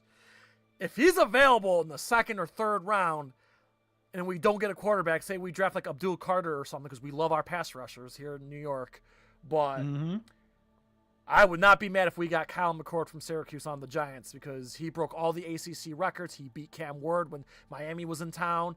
Kyle McCord is training with Phil Simms and his sons. Don't be surprised if we get Kyle McCord. If we don't get a quarterback in the 1st round, don't be surprised if we draft McCord later. I don't see why they wouldn't draft a quarterback in the first round and draft another one later. They need a quarterback. Even if they get Russell Wilson, what's he got? 2 years, 3 years? I'll say this: at least Wilson took a very shitty Steelers team to the playoffs. So right, I think what I will say about Shedeur Sanders, because I also watched a lot of Colorado. Yeah, he's definitely got the talent. I just think he's too raw to start out of the gate. I think if they do draft him, I don't think it's as much of a disaster, because if he has time to learn on the job before he plays, the baggage, I mean, I understand that, but sometimes with these football players out of college, you might get baggage anyway. Yeah. I mean, look at that guy from the Chicago. A guy's got an ego the size of the fucking... Caleb Williams, yeah. Yeah, I mean, that guy's... I got friends... Alone. So we got a lot of fans from Chicago. I got a lot of friends in Chicago. And I'll just tell you this, man. They're kicking themselves in the head because they could have drafted Jaden Daniels. By the way, I like Jaden Daniels. I hate Washington, but my God, man, Jaden Daniels is fun to watch. But, like... Yeah, well, you know, some quarterbacks you got to give time. I mean... Not every quarterback. I don't have hope for Caleb. I'll just say this: when he cried on his mom's tit at that one game, I'm like, yeah, this guy is not gonna make it in the NFL. I'm sorry, this guy's not. Yeah. This guy's not NFL material. Yeah.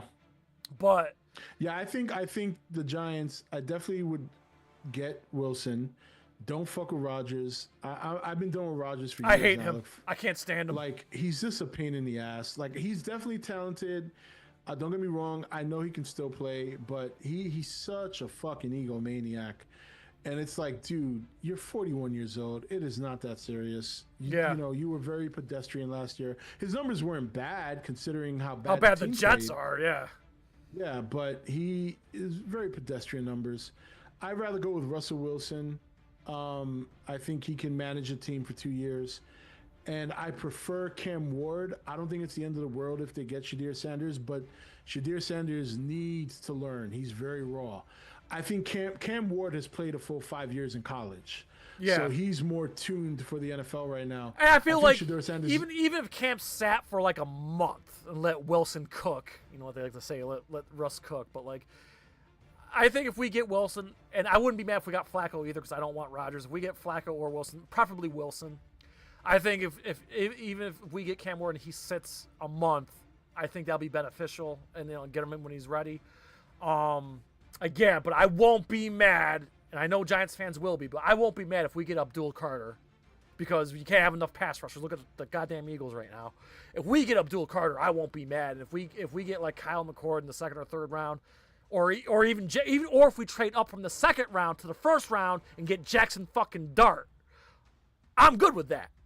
I'm good with it. I'm good with Cam Ward. So I don't see Dabo not drafting a quarterback. He's under too much pressure right now. Yeah, I get it. And there's no way if he exits the first round without a quarterback, he's gonna get okay. If Cam and Shedeur come off the board 1 and 2 and they're gone, do you want to draft Jackson Dart at 3 or do you want to trade down? If they're off the board at 1 and 2, then yeah, I think you're right. Go with the pass rusher.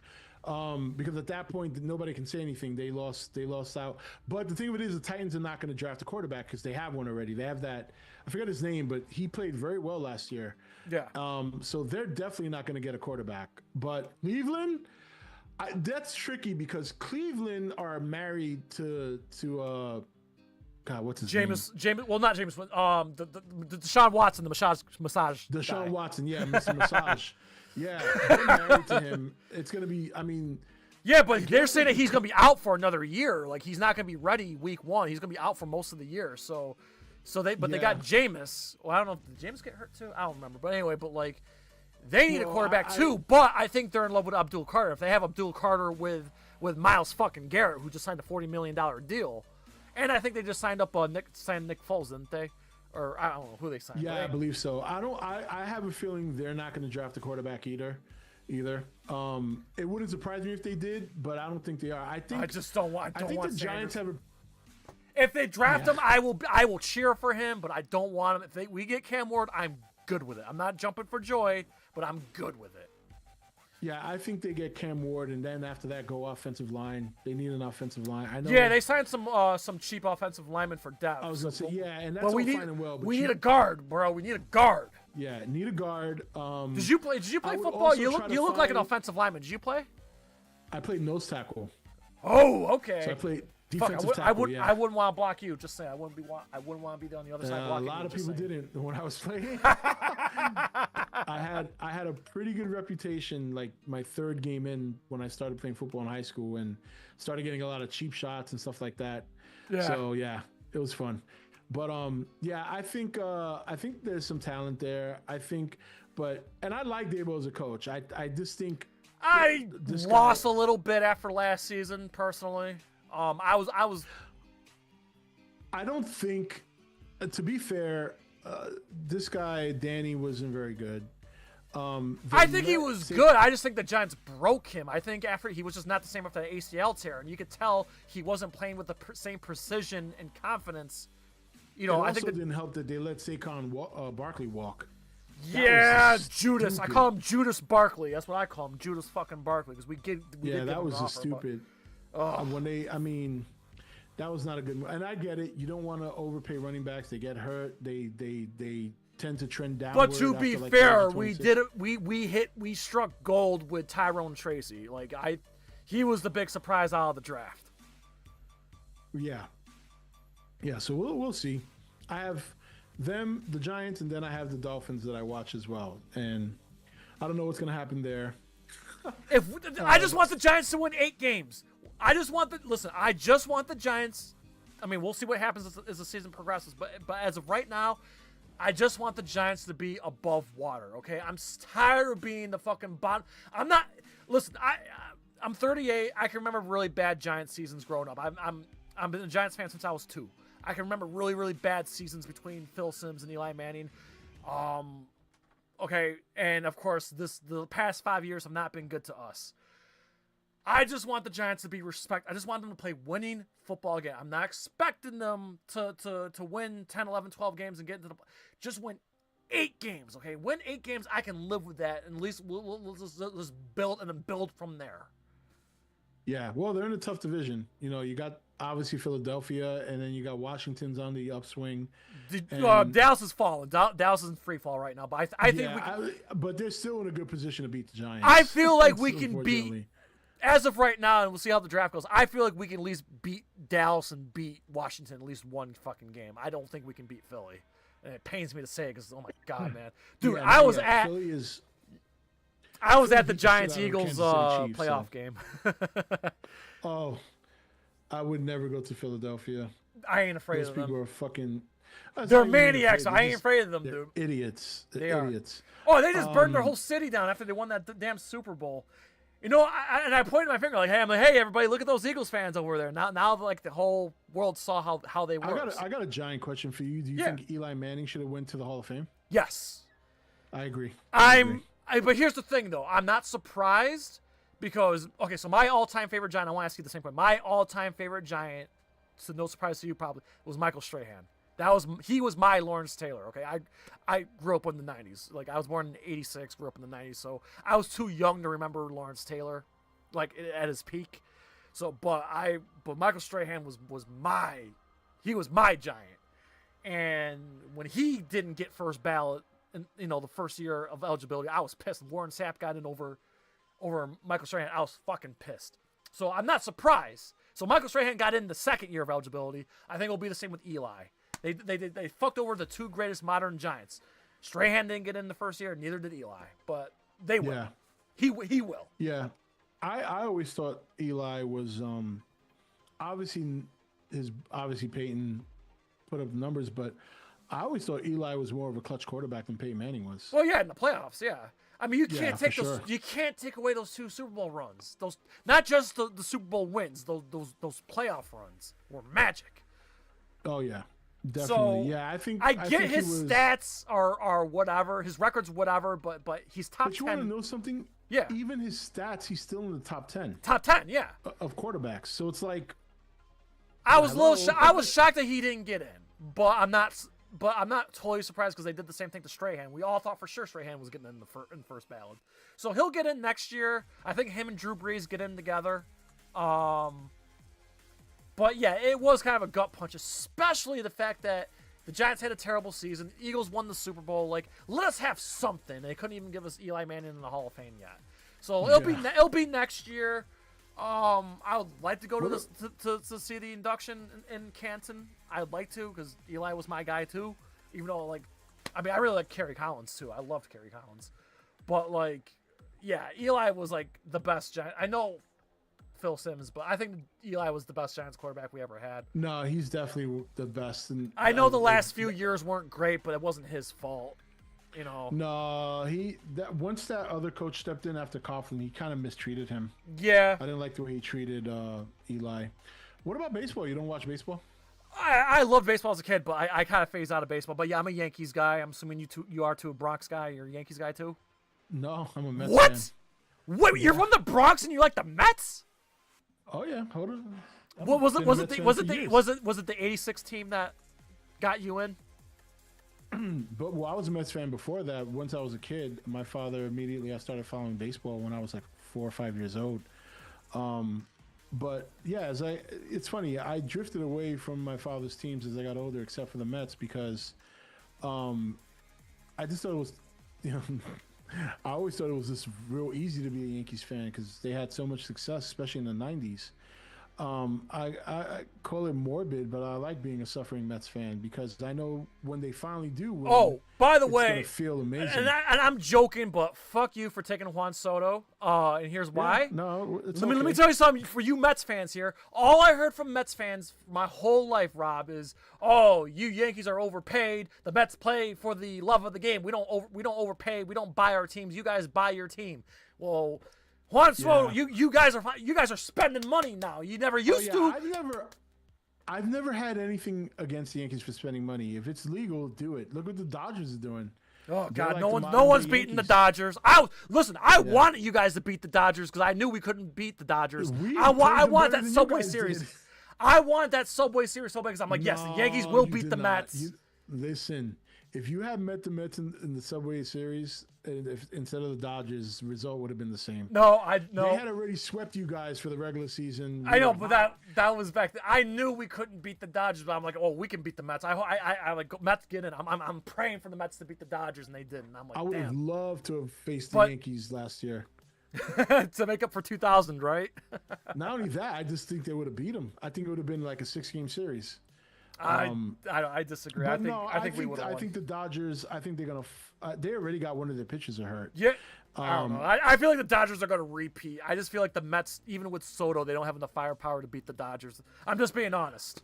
I'm not rooting against the Mets. You know what? The funny thing is, we don't even have to face. The only time we would face the Dodgers would be in the LCS. So, and the Dodgers are notorious for getting knocked off in the first or second round. They won last year. Great. They were overdue, but I don't know. The stronger I see teams become the way they have, to me, the more likely they are to not make it.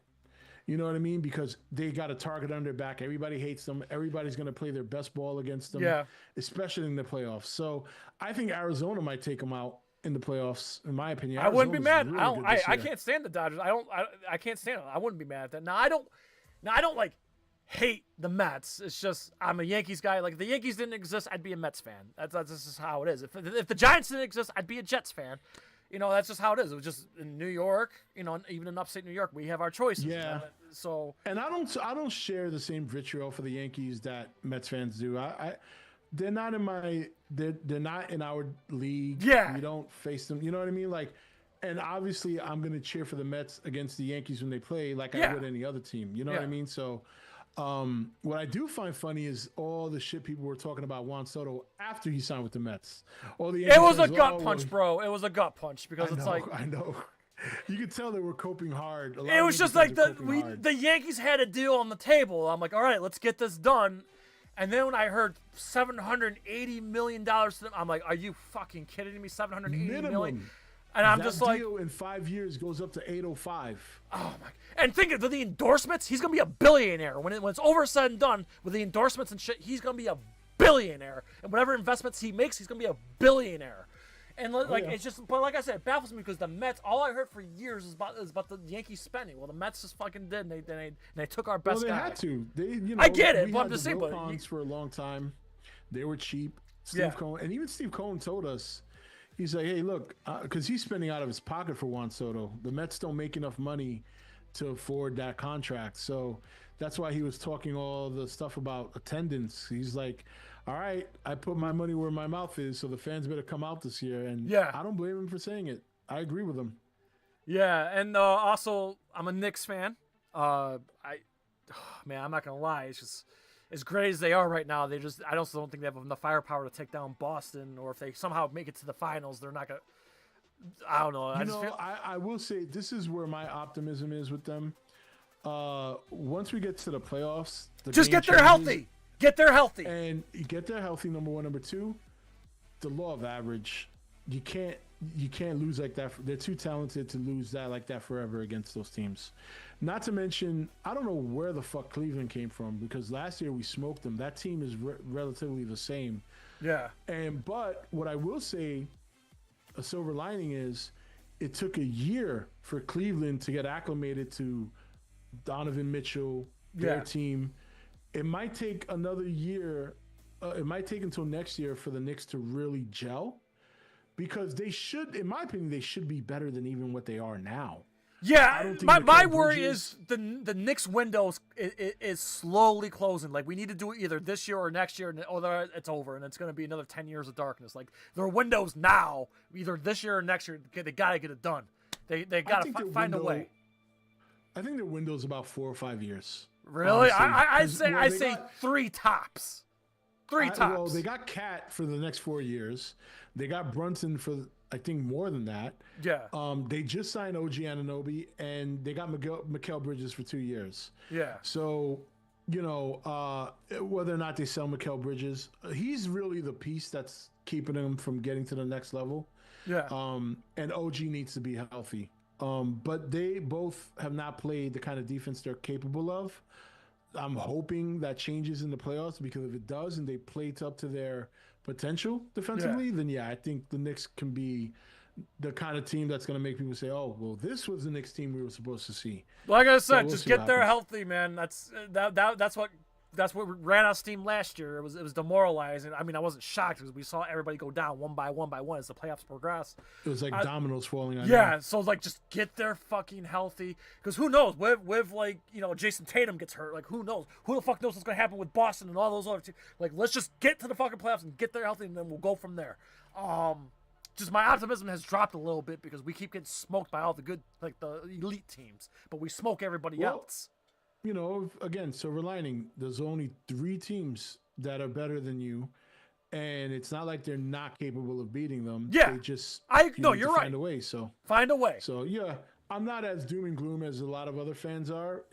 I always wait for the play. I learned watching in the 90s, the Knicks at their peak, the playoffs change everything. Yeah. So, we'll see what happens. And I'm starting to dip my toes into women's basketball. I was so thrilled that the New York Liberty won. So, I obviously Kate and Clark and Angel Reese kind of like revitalized that fucking league. So I'll admit I'm one of the people that finally. I didn't care. I didn't give 2 shits, but now I'm finally like, okay. And since New York won, I'm like, all right, I'm in. I'm a Liberty fan. Let's go. Like, I'm a New Yorker through and through.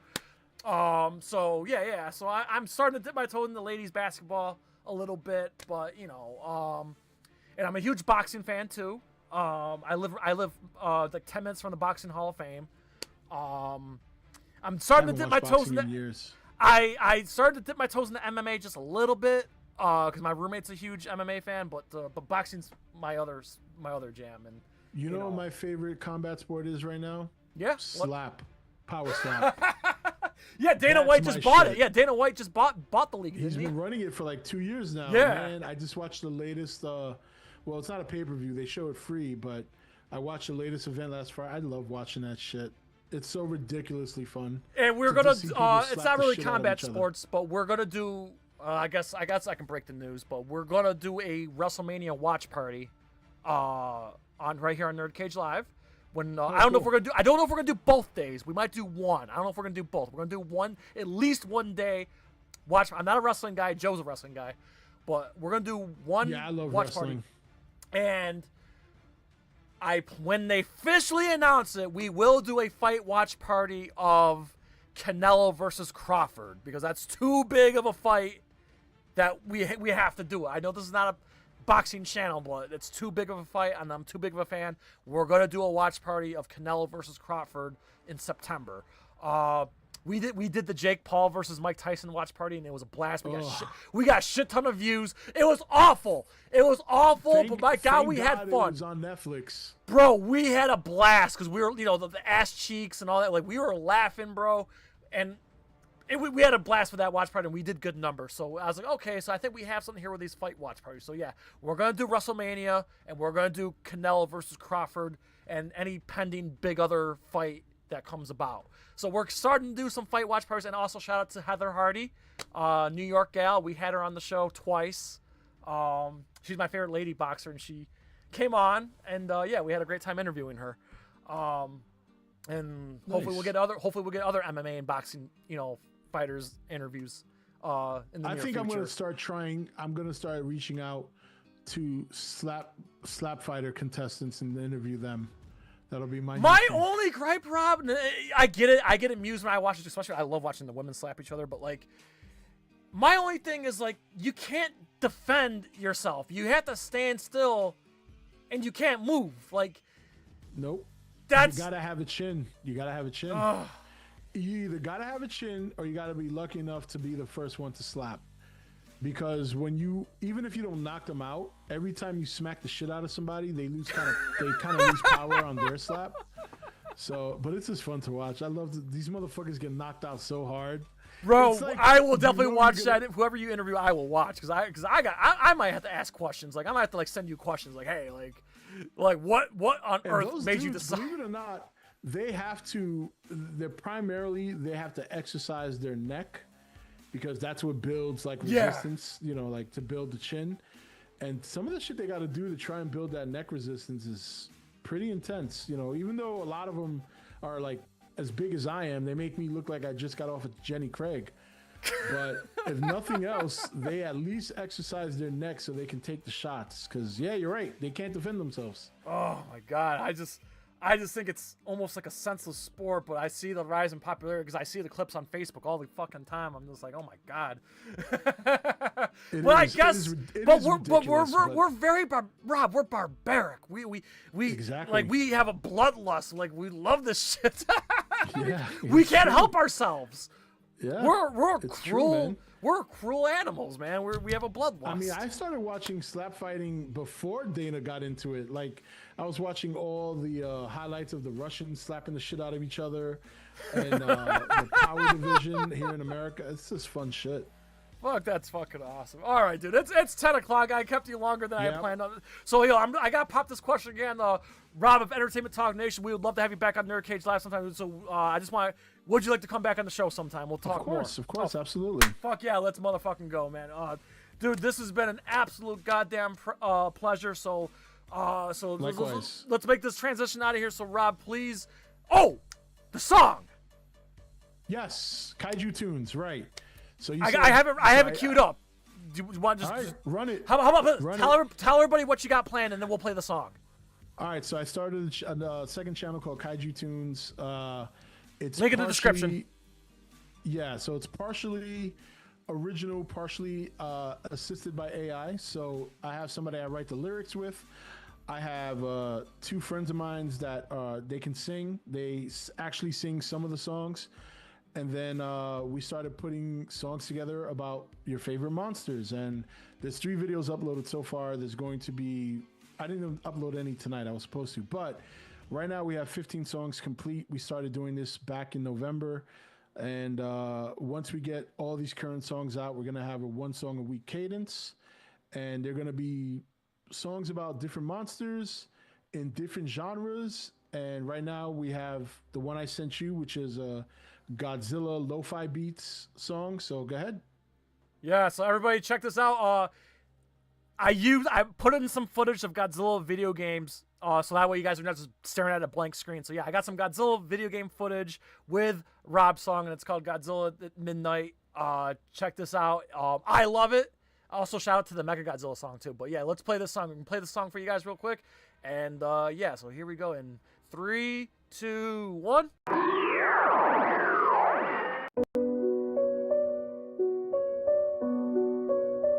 There's a feeling in the air tonight as the rain starts falling down.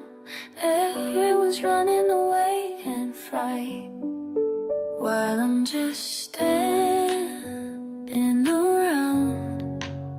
'Cause they don't see what I see in you.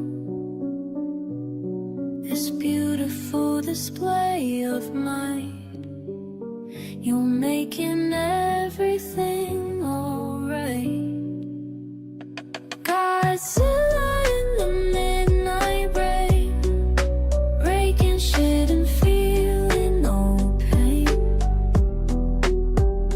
Godzilla, you're so damn divine, making chaos look so fine, so fine. Those idiots with their tanks and guns don't understand your grace. Where you move, the way you run, got that prehistoric face that makes me smile while they cry. Damn, you're such a pretty sight. They call you monster, call you beast, but I see art when you're released. The streets and buildings, holy shit, you make destruction so legit. Godzilla in the midnight rain, breaking shit and feeling no pain. Godzilla, you're so damn divine, making chaos look so fine, so fine, so fine, so fine. Within fear what they don't know, while I watch your afterglow. Fuck their bombs and fuck their plays. You're the king of midnight rays. Godzilla in the midnight rain, breaking shit and feeling no pain. Godzilla, you're so damn divine, making chaos look so fine, so fine, so fine, so fine.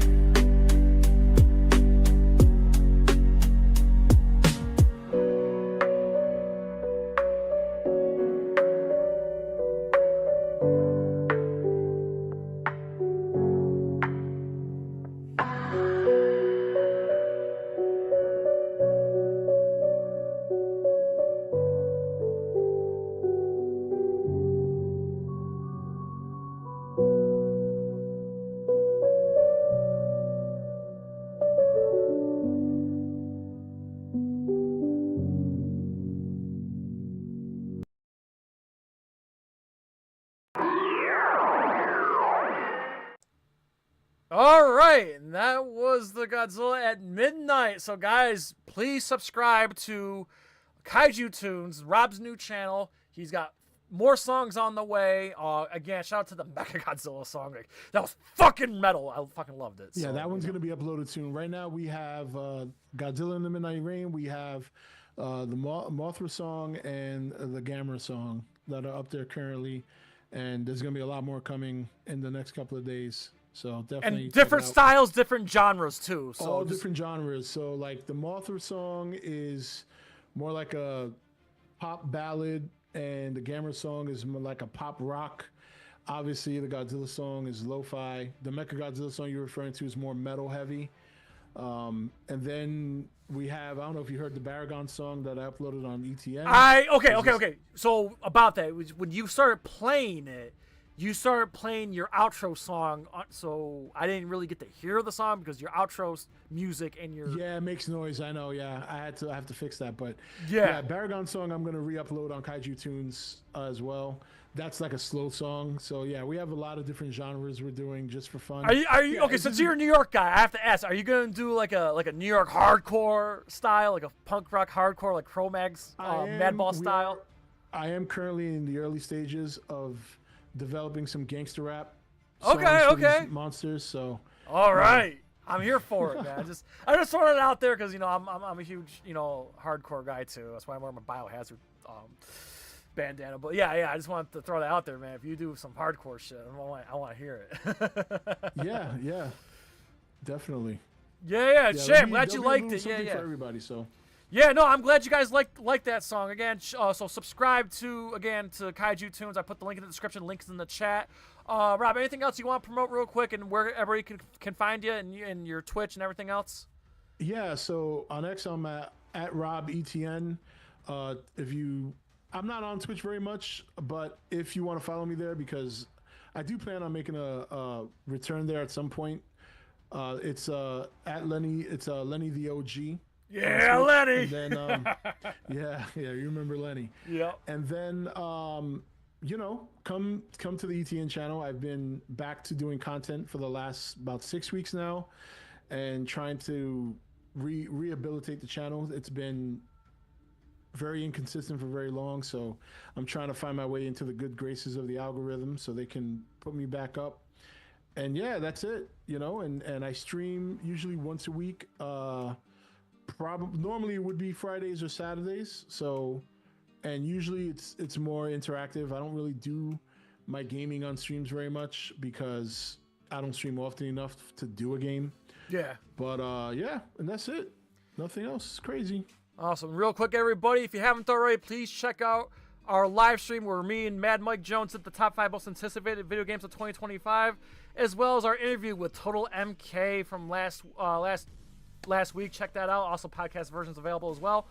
And of course, starting on Tuesday, everybody, twitch.tv/NerdCage Live, we're going to start Shenmue from the Dreamcast. Well, it's going to be the Xbox Series X re-release, but it's the Dreamcast version of Shenmue. And not this Saturday, next Saturday, Silent Hill version over here. For the first time ever, I'm going to play Silent Hill 2 with Joe, the remake, Silent Hill 2 remake on PlayStation 5. Twitch.tv/NerdCage Live. Also, please check out our latest videos. We have our food review of the Pac-Man energy drink. We have another energy drink food review on the way. Also, check out Joe's retro reaction of Donkey Kong Country Returns with X-Men Legends 2 on the way. So we got content for you guys, and I'll be making some live stream clips and more rapper reviews for you as well. And of course, get yourself a NerdCage Live t-shirt. Again, any size, any color, whether you're skinny, booty call, or a fat fuck. Big or small, we love them all. We even have these kaiju designs. NerdCage Live versus everybody. And of course, we got Mortal Kombat designs as well. The Pornhub design. The MCU design. The Rocky design. Dreamcast, PlayStation, you name it. And again, don't tell the RZA because I don't want to get sued, but we got the Wu-Tang design. And of course, if you're a MonsterVerse fan, get the NerdCage Live MonsterVerse design. We've sold a bunch of these. So again, you're going to love the way you look. I guarantee it. The link to our TeePublic is in the description of every video, every live stream, and across the vast lands of social media, where you can find us at nerd_cage, both Twitter and Instagram, and the NerdCage Nation Facebook discussion group. Have fun over there. Just post what you want, but keep it civil, no politics, no spoilers. And of course, check out our Discord server. The link in the description is there as well. And of course, we're on all podcast platforms, and we thank you very much. Again, thank you to everybody in the chat. Thank you to everybody from the ETN family. If you came here to subscribe, thank you very much. I see some of you people subscribe. Thank you very much. And of course, big thanks to Rob of ETN, and I can't wait to do this again. So we please ask you to like, comment, subscribe, ring that bell, and spread that shit like syphilis. So USA from yours truly, the land of the orange of Syracuse, New York, to all of our fans around the world at NerdCage Live and ETN. As always, enjoy life, stay safe, eat your vegetables, do your push-ups, go to the gym. Good night, God bless, and have the best day of your life. Later, guys. NerdCage Live and gaming are a perfect match. Shoot the J, Joe. Okay. Shoot it! All right. Over on NerdCage Live on Twitch, Jay and Joe go live. Call me Bazooka Joe. It's all about you. Kaboom! Playing both old school and new school games every Tuesday night. Ooh, what a sight! Jay, stop looking at her face and run. But she's so beautiful. So be sure to follow NerdCage Live on Twitch. Run for your life, Joe. Run for your life, Joe. Running. Run faster! Oh no, Joe! The galaxy's doomed because of you! To scratch your gaming itch. Oh, nice kick, Joe! Thank you. Yo! That's diabolical! Wait. Yo! That's twitch.tv/NerdCage Live.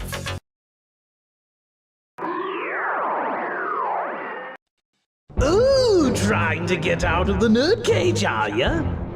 Well, before you go, hit that subscribe button. And if you're really intrigued, ring that bell. Thank you for dropping by. Until next time, tell everyone you know about NerdCage Live!